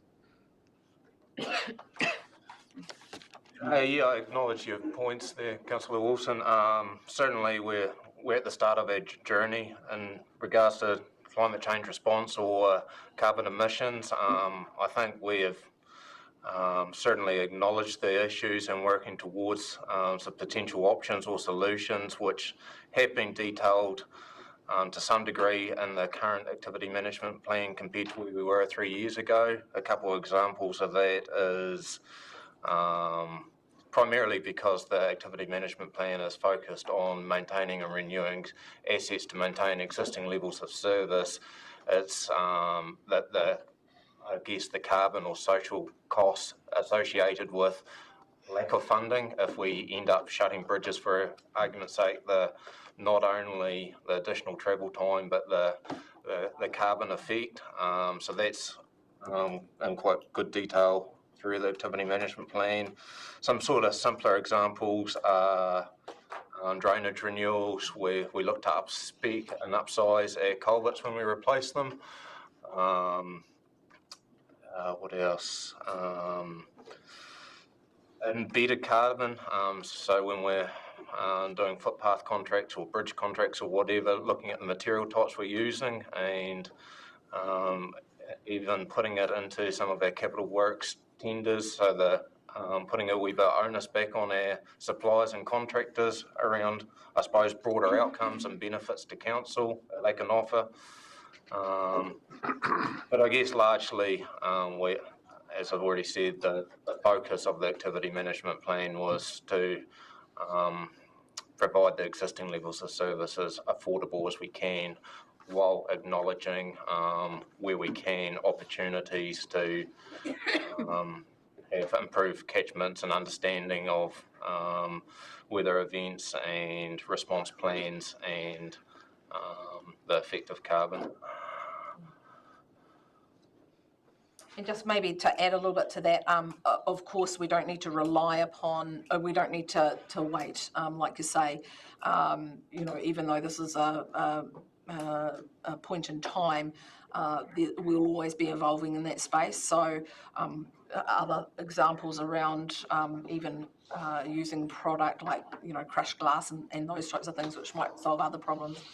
So we're not going to wait for the next 3 years before we implement any of those improvements. If we're coming up against those or finding those available, we will continue to drive forward with those as well. And I guess the asset management plan actually also allows us to, it should be a living document, it shouldn't just be a static in one point. So. Yeah, thanks, Fred. I took from what Matt said. It's about can we be proactive? Absolutely. It's not so much changing the strategy. Well, I want to counter that. I mean, I hear your point, Roy. It's about in the constraints. It's about maintaining what we've got. We can still be proactive in how we maintain what we've got. So I think that's the point that I'm hearing from that. I've got Julie, then Don, then Rob.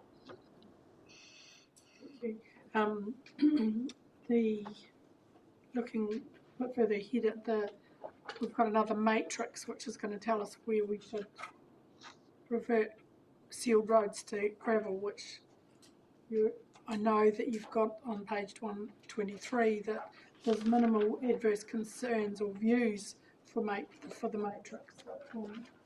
Obviously I haven't been around enough. Can I have some assurance for both the bridges matrix and for the matrix you've got there for the sealed and rural sealed roads, that actually you get on and identify where the risks are and talk it to the community early, so there are no surprises, so we don't get people in because I think that if we just accept what the matrix is saying there, we don't give communities and just then present it to them as a fait accompli.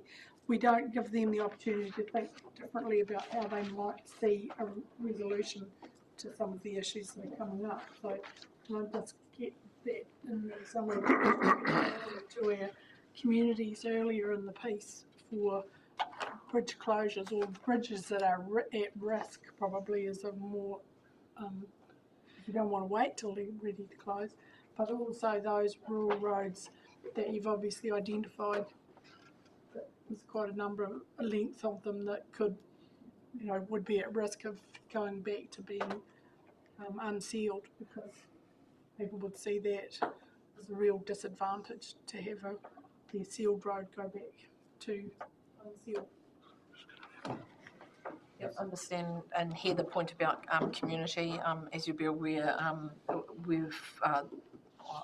I understand the community aspect and wanting to include them in those communications. So we will make sure that we're doing that in the future as much as possible. But we need to do it on a proactive basis. I understand, not just on here's the brick right now. So we're looking to close or something. Thank you for that, Don. Thank you, Chairman. Oh, thanks, everyone. Just sort of following on from Matt's point and what's been talked about, just trying to enhance community well-being and reduce pollution or carbon. And in regard to the culvert replacement, I wonder if there's an opportunity there for local contractors to be employed to do that work rather than bringing people in from outside. I know that a lot of culverts are under roads that complicate things, but there might be some other possibilities for a lot of other culverts for local contractors. We definitely, and not just across the roading program, across all of the programs, we are looking to use them. And we're also trying to, we are encouraging any of the contractors that get it to subcontract to local as well. So that is what we're trying to do in the procurement process as well. So, but yeah, and I think even going around the big contractors and going direct to the local guys, rather than, because it's an additional cost, isn't there? And yes, where we can and where it's appropriate. Obviously, if it's under a road that's getting sealed, it may be that the contractor that's working on the site needs to deal with that. But it might be on a different project that it's appropriate to have, the subcontractor come in and do some of the, whether it's culverts or associated with it. There's a lot of culverts needing replaced. Yeah. Thanks, Bruce. Just on page 42, you're talking there about 192 kilometres of 6+ seals and 346 of 5. So it's 544 kilometres worth of maintenance work that needs to be done. And just referencing the work, the good work that me and Neil Holdham did over Wakakatahi's roading network and the ongoing deferring of maintenance to save money, leading to the position that the country as a whole is in now. And with us not being in that position with our roads at the moment, I guess I'm a little bit nervous about, you mentioned before about sweating the asset, about not putting ourselves into that same situation, almost using the benefit of hindsight for what the government's done on its roading network and making sure that we don't end up in that position. So are you comfortable with the kind of the trajectory that we're going on now, that we're not going to be sweating those assets too much to find ourselves that we're setting up the future, noting that we've already got 544 kilometres there that needs that kind of big amount of work done, setting ourselves up to fail too much into the future? The short answer is no, I'm not comfortable. Yeah. 100%. That's what the high or the $170 million number, that's the number we need to be investing at. And then if you take a broader look, subsequent years, the next 10 years, it's even higher. So, yeah, if we underinvest now, it's not only the investment side, it's whether it's recoverable in the future as well. The cost of actually fixing what we haven't done.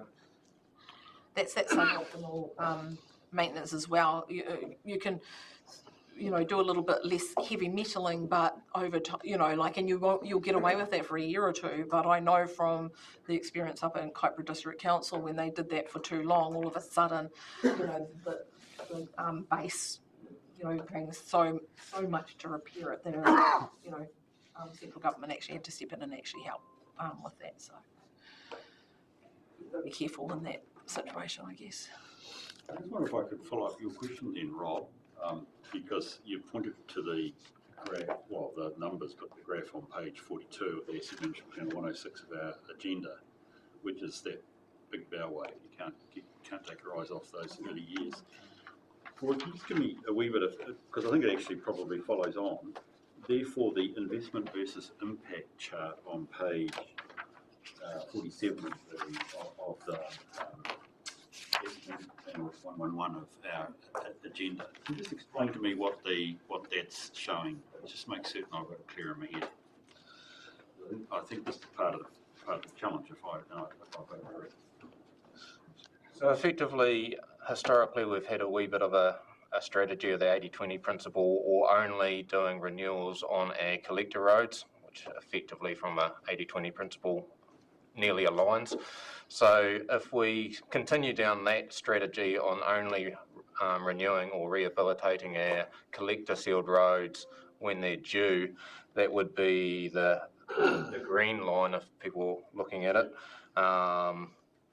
Sorry, that would be the blue line, sorry, and the green line would be rehabilitating all sealed roads when appropriate, which effectively is about $10 million per annum for the next 10-year period. But if we continue to invest it around the $7 million around the red line, that I suppose the delta between the two lines gets compounded or accumulative on top of the increasing renewal profile when you look out at beyond 2034. So you suddenly turned a $24 million per annum problem into a closer to $30 million per annum problem. And that's foreseeable for 20, 30 plus years, which whether we even had the market to deliver a program of that size is questionable. Okay, yeah, so that's helpful, because I think that's what I interpreted as showing was the problems of low investment levels. Yeah. I'm not really careful, I don't mix it with the terminology you're using for your matrices, but actually to the generalised sense of low investment or sweating, going back to your point, Rob, I was looking for the picture that describes it, and that's this one here. Yeah, absolutely. Okay, sweet.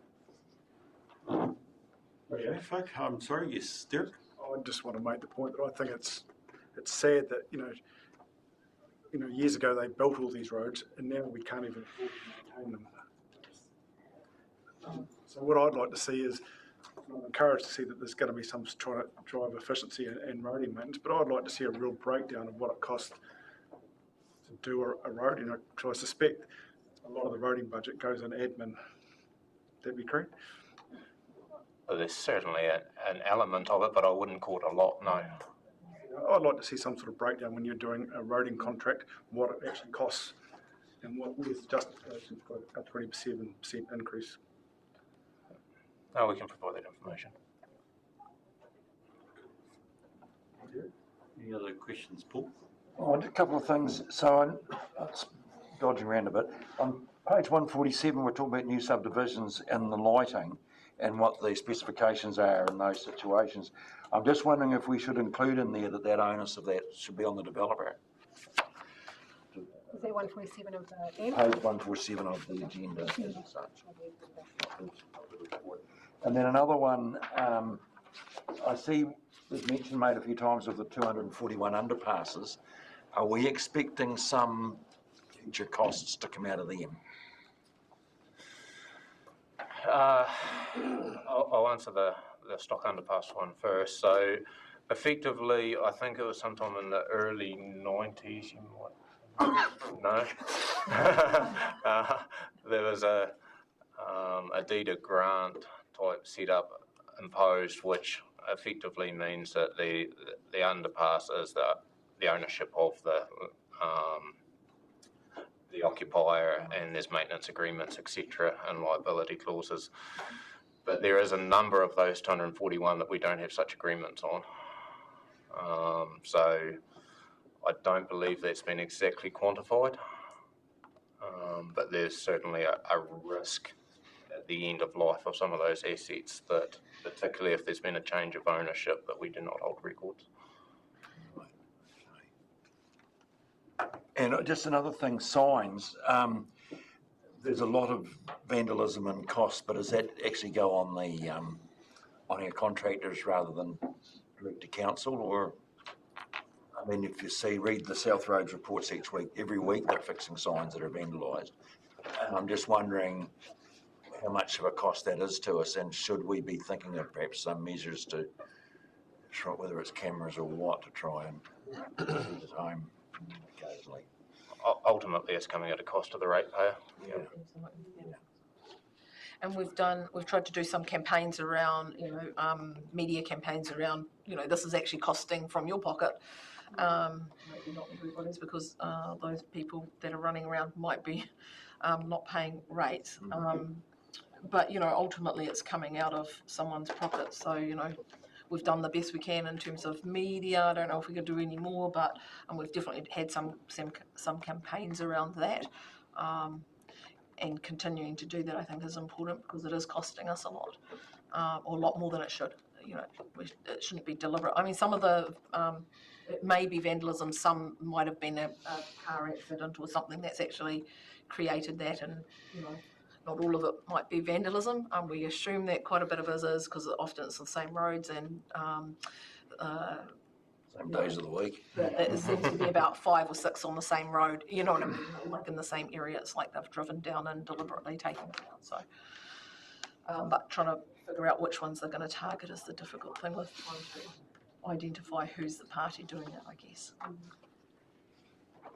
Right, I think we've had a pretty good crack at this. I'm just wondering now, Fran, Roy, Susan, actually Robin, what we can do, and which is, I think if I look correctly, the resolution is that we should, because this is an important part of our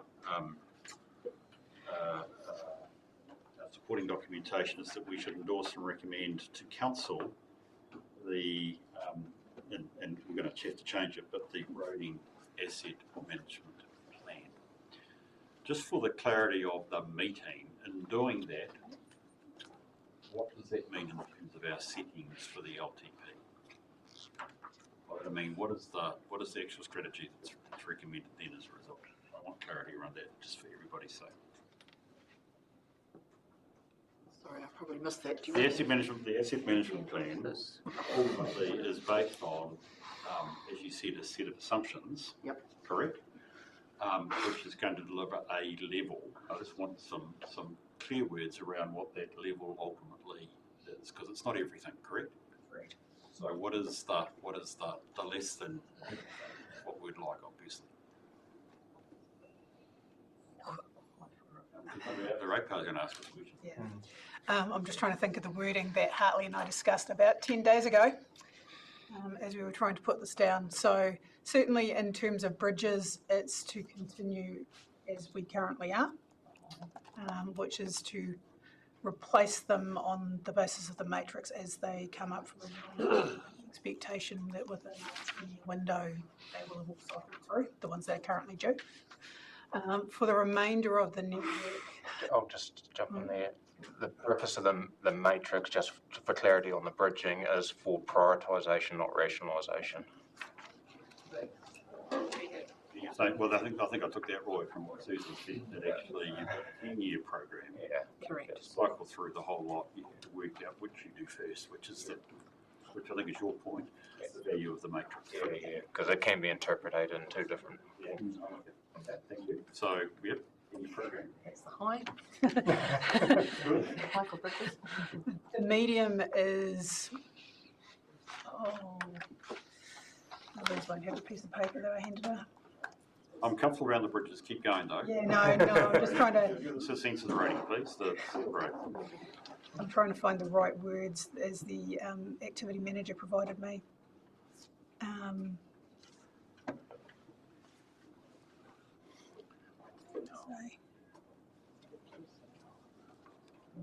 So it would help you? Yeah, because medium. The problem is medium's not the right word. Medium doesn't mean anything to the public. It's about acknowledging that actually it's a lower than optimal level of investment into the asset, what may mean long-term levels of service development. It's probably the best. So this asset management plan, given the probable constrained place we are in, is not going to over time it will increase the actual cost of maintaining our level of service because we're not doing it at the right time. Correct? Correct. Right. Okay. And it could see some immediate or near immediate deterioration that is not remedied, including tar seal gravel. Correct. Okay, cool. And what about the unsealed roads? I was going through the big asset areas. There'd be little to no impact on the unsealed roads. The program stays roughly as it is. sorry, I started with drainage, so we increased the drainage, so which is part and parcel of the program to try and preserve the existing road structure. Absolutely. Yeah. Okay, right. So that's the settings we've got. Sorry, I'm just wanting to think that actually, as council's been asked to endorse and recommend this draft, and bear in mind my point about the RFP, this is to get us to the starting line of consultation. Okay. Are we happy and prepared to recommend that? That's what's in front of us. And if we go to the recommendations, it is that, and I think we just need to change it slightly, don't we? Because we're only going to be recommending the transport asset management. Radio. Oh, and we should really include that by the way, the framework as well, because we dealt with that by lunch as well. So sorry, I'm sorry that might have been a bit unfair to ask you to character, but we've got to talk appropriately with our families, actually with what is true with our communities. But actually, it's also what we are prepared to put up at this stage into clearly not the workshop we're about to have, but actually the broader, when we have to come back and deal with the totality of how does this all fit together as a long-term plan. Right, yeah. Sorry, Bruce, I've just got a quick query. Okay, sure. If, can, based on the fact that, ratepayers are going to want to understand and know this information, can we have any timelines associated with the draft supporting information may come back to the committee given the work still being carried out to finalise the forecast? I think that will, not a may. Yeah, I think that's. I presume the time boundedness of that is within the finalisation of the consultation. Yeah, that's also around the extension for that 3 months. We still have to have the discussion around that, so we just can't quantify it because we need to understand as a result of today's discussion how that's going to impact our timelines. Whether we have to produce you a lot of information, it's going to take us longer. If, however, you don't require as much information, then we can shorten that timeline back. So I think the only thing we need to do is just note that this draft supporting information will come back. It's changing. And it will have to be within the context that we ultimately going to have to make a recommendation to adopt the CD, which means we, looking at all of the stuff, we've got to say, does it all hang together as a strategy that actually we would recommend? It's changing. Actually, Fiona, that one's okay because that's just may come back if the work being carried out to finalise as a result of the information. So that's only if we suspect with this roading one that we've got a significant change or there's some change that's going to occur. Otherwise, it will come back as part of the but we'll be going to council next. We're endorsing it to council. Okay, so that goes back to May. Yeah. Okay.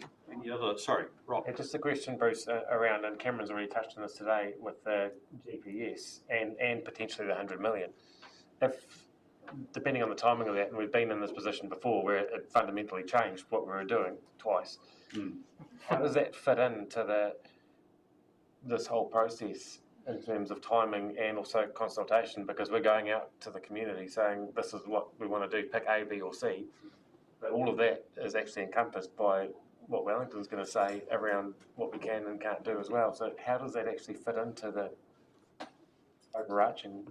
Yeah, look, Robin may want to comment on that, but can I give you my layman's assumption? Because given I was ready, I go back to the graph that Robin produced on page 117 of our agenda. It shows where we're at in terms of building up our supporting documentation.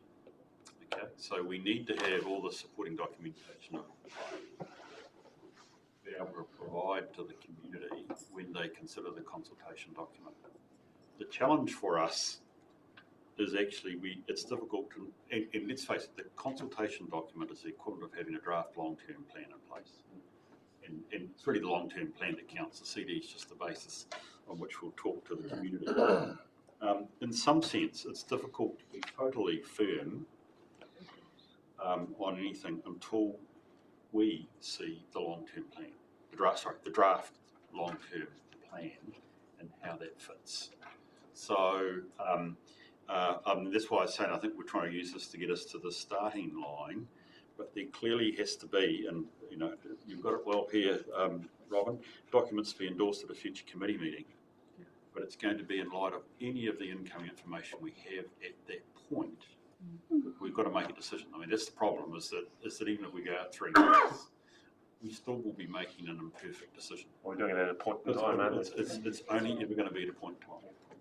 So what we're doing here is based on the information we have at the moment, at this point in time, and therefore the strategy, which I sort of tried to abstract there over bridges, sealed roads, unsealed roads, drainage, etc., is where we are pitched at the moment for a discussion with our community. But it may well be, when we finalise that draft LTP, that we find out one or two of these things. As we know, we won't touch the 3 waters, but 3 waters is now back in, and it's going to affect us. So this is just trying to get some of the widgets in place. So we then have to stand back and look at the total product before we send it out to the community. Through you, Mr. Chair, if I just talk a little bit about last time. We had been out and talked to our community about what we believed we needed to do. We got the initial, I believe the Chief Executive got the initial letter indicating what Katoa was prepared to support as a program, which they referenced as their constrained view of the world. That involves some very fast conversations with the then council and us putting through changes for our final long-term plan document within the space of a week, I think, from memory, or at least before the auditors turned up to audit that document. We then came back a little bit further down the track when Wakatoi 4 months later actually gave us a larger program than we thought. So that program then had to get reflected through our annual plan process. Now, admittedly, I know part of that for our council was the fact actually that additional program was lower than what they'd talked to the community. We talked to the community about through consultation. So they at least knew the community was happy to be paying that difference. You, Mr. Chair, Roy, Susan, you might be able to answer the question. At this stage, I think we were getting preliminary results from what, May, June this year? Don't know. No, I think there was a notification out, and then they were going to look to give us the final figures, I believe, in July. So we're going to be going out with a consultation document without knowing this stuff. Even with a 3-month extension, we're never going to know it. So we're just going to have to get really smart around the way that we describe it to give them that information that last time there was a problem. I guess I'm just signalling as well the impact that could have on rates, and even that 100 million, if we're lucky enough, when we're lucky enough to get, say, 70 million of that, but with a component of co-funding, all of a sudden, like, we're talking millions of dollars, which is material in our rates number. So yeah, we're kind of dancing with uncertainty. That's right, and it just means that the assumptions that this is built on at this moment has a higher degree of uncertainty. Which is, again, I'm trying to use the terminology of the Act, which we need to reflect through our discussion with the community. Okay. Right, so look, we've got the resolution in front of us. Hopefully that's helpful. Again, getting the starting line, we can only settle on what we can only settle on at the moment, given the snapshot in time. So the resolution has been changed from that which is in the agenda to reflect that we are endorsing and recommending to Council the performance management framework and the transport asset management plan. And hopefully for the record, we note that we still have to deal with quite a list, and for the reasons that Cameron outlined at the start of this discussion, to go before we get to that draft long-term plan and CD. And that we note that it will be made public. It's all part of what we have to disclose publicly, and indeed, as we've discussed, it probably will come back changed. Okay, that actually also includes, by the way, if there's anything else you want to reflect back to us over the framework somewhere down the track, Robin. So I think that makes sense. So the critical thing is somebody prepared to move that motion. Thank you, Rob. Thank you, Christine. Is there any discussion on the motion? There being none, I'll put it. All those in favour, please say aye. Aye. Those against? It's carried. Thank you very much. Thank you, Mr. Chairman. Can I please ask also if there's any feedback on other activity management plans that we haven't endorsed today? If committee members could please email me that and respectfully as soon as possible, that would be fantastic. Thank you. It's a cracker idea, thanks Ron, because a lot of you will have been before the meeting.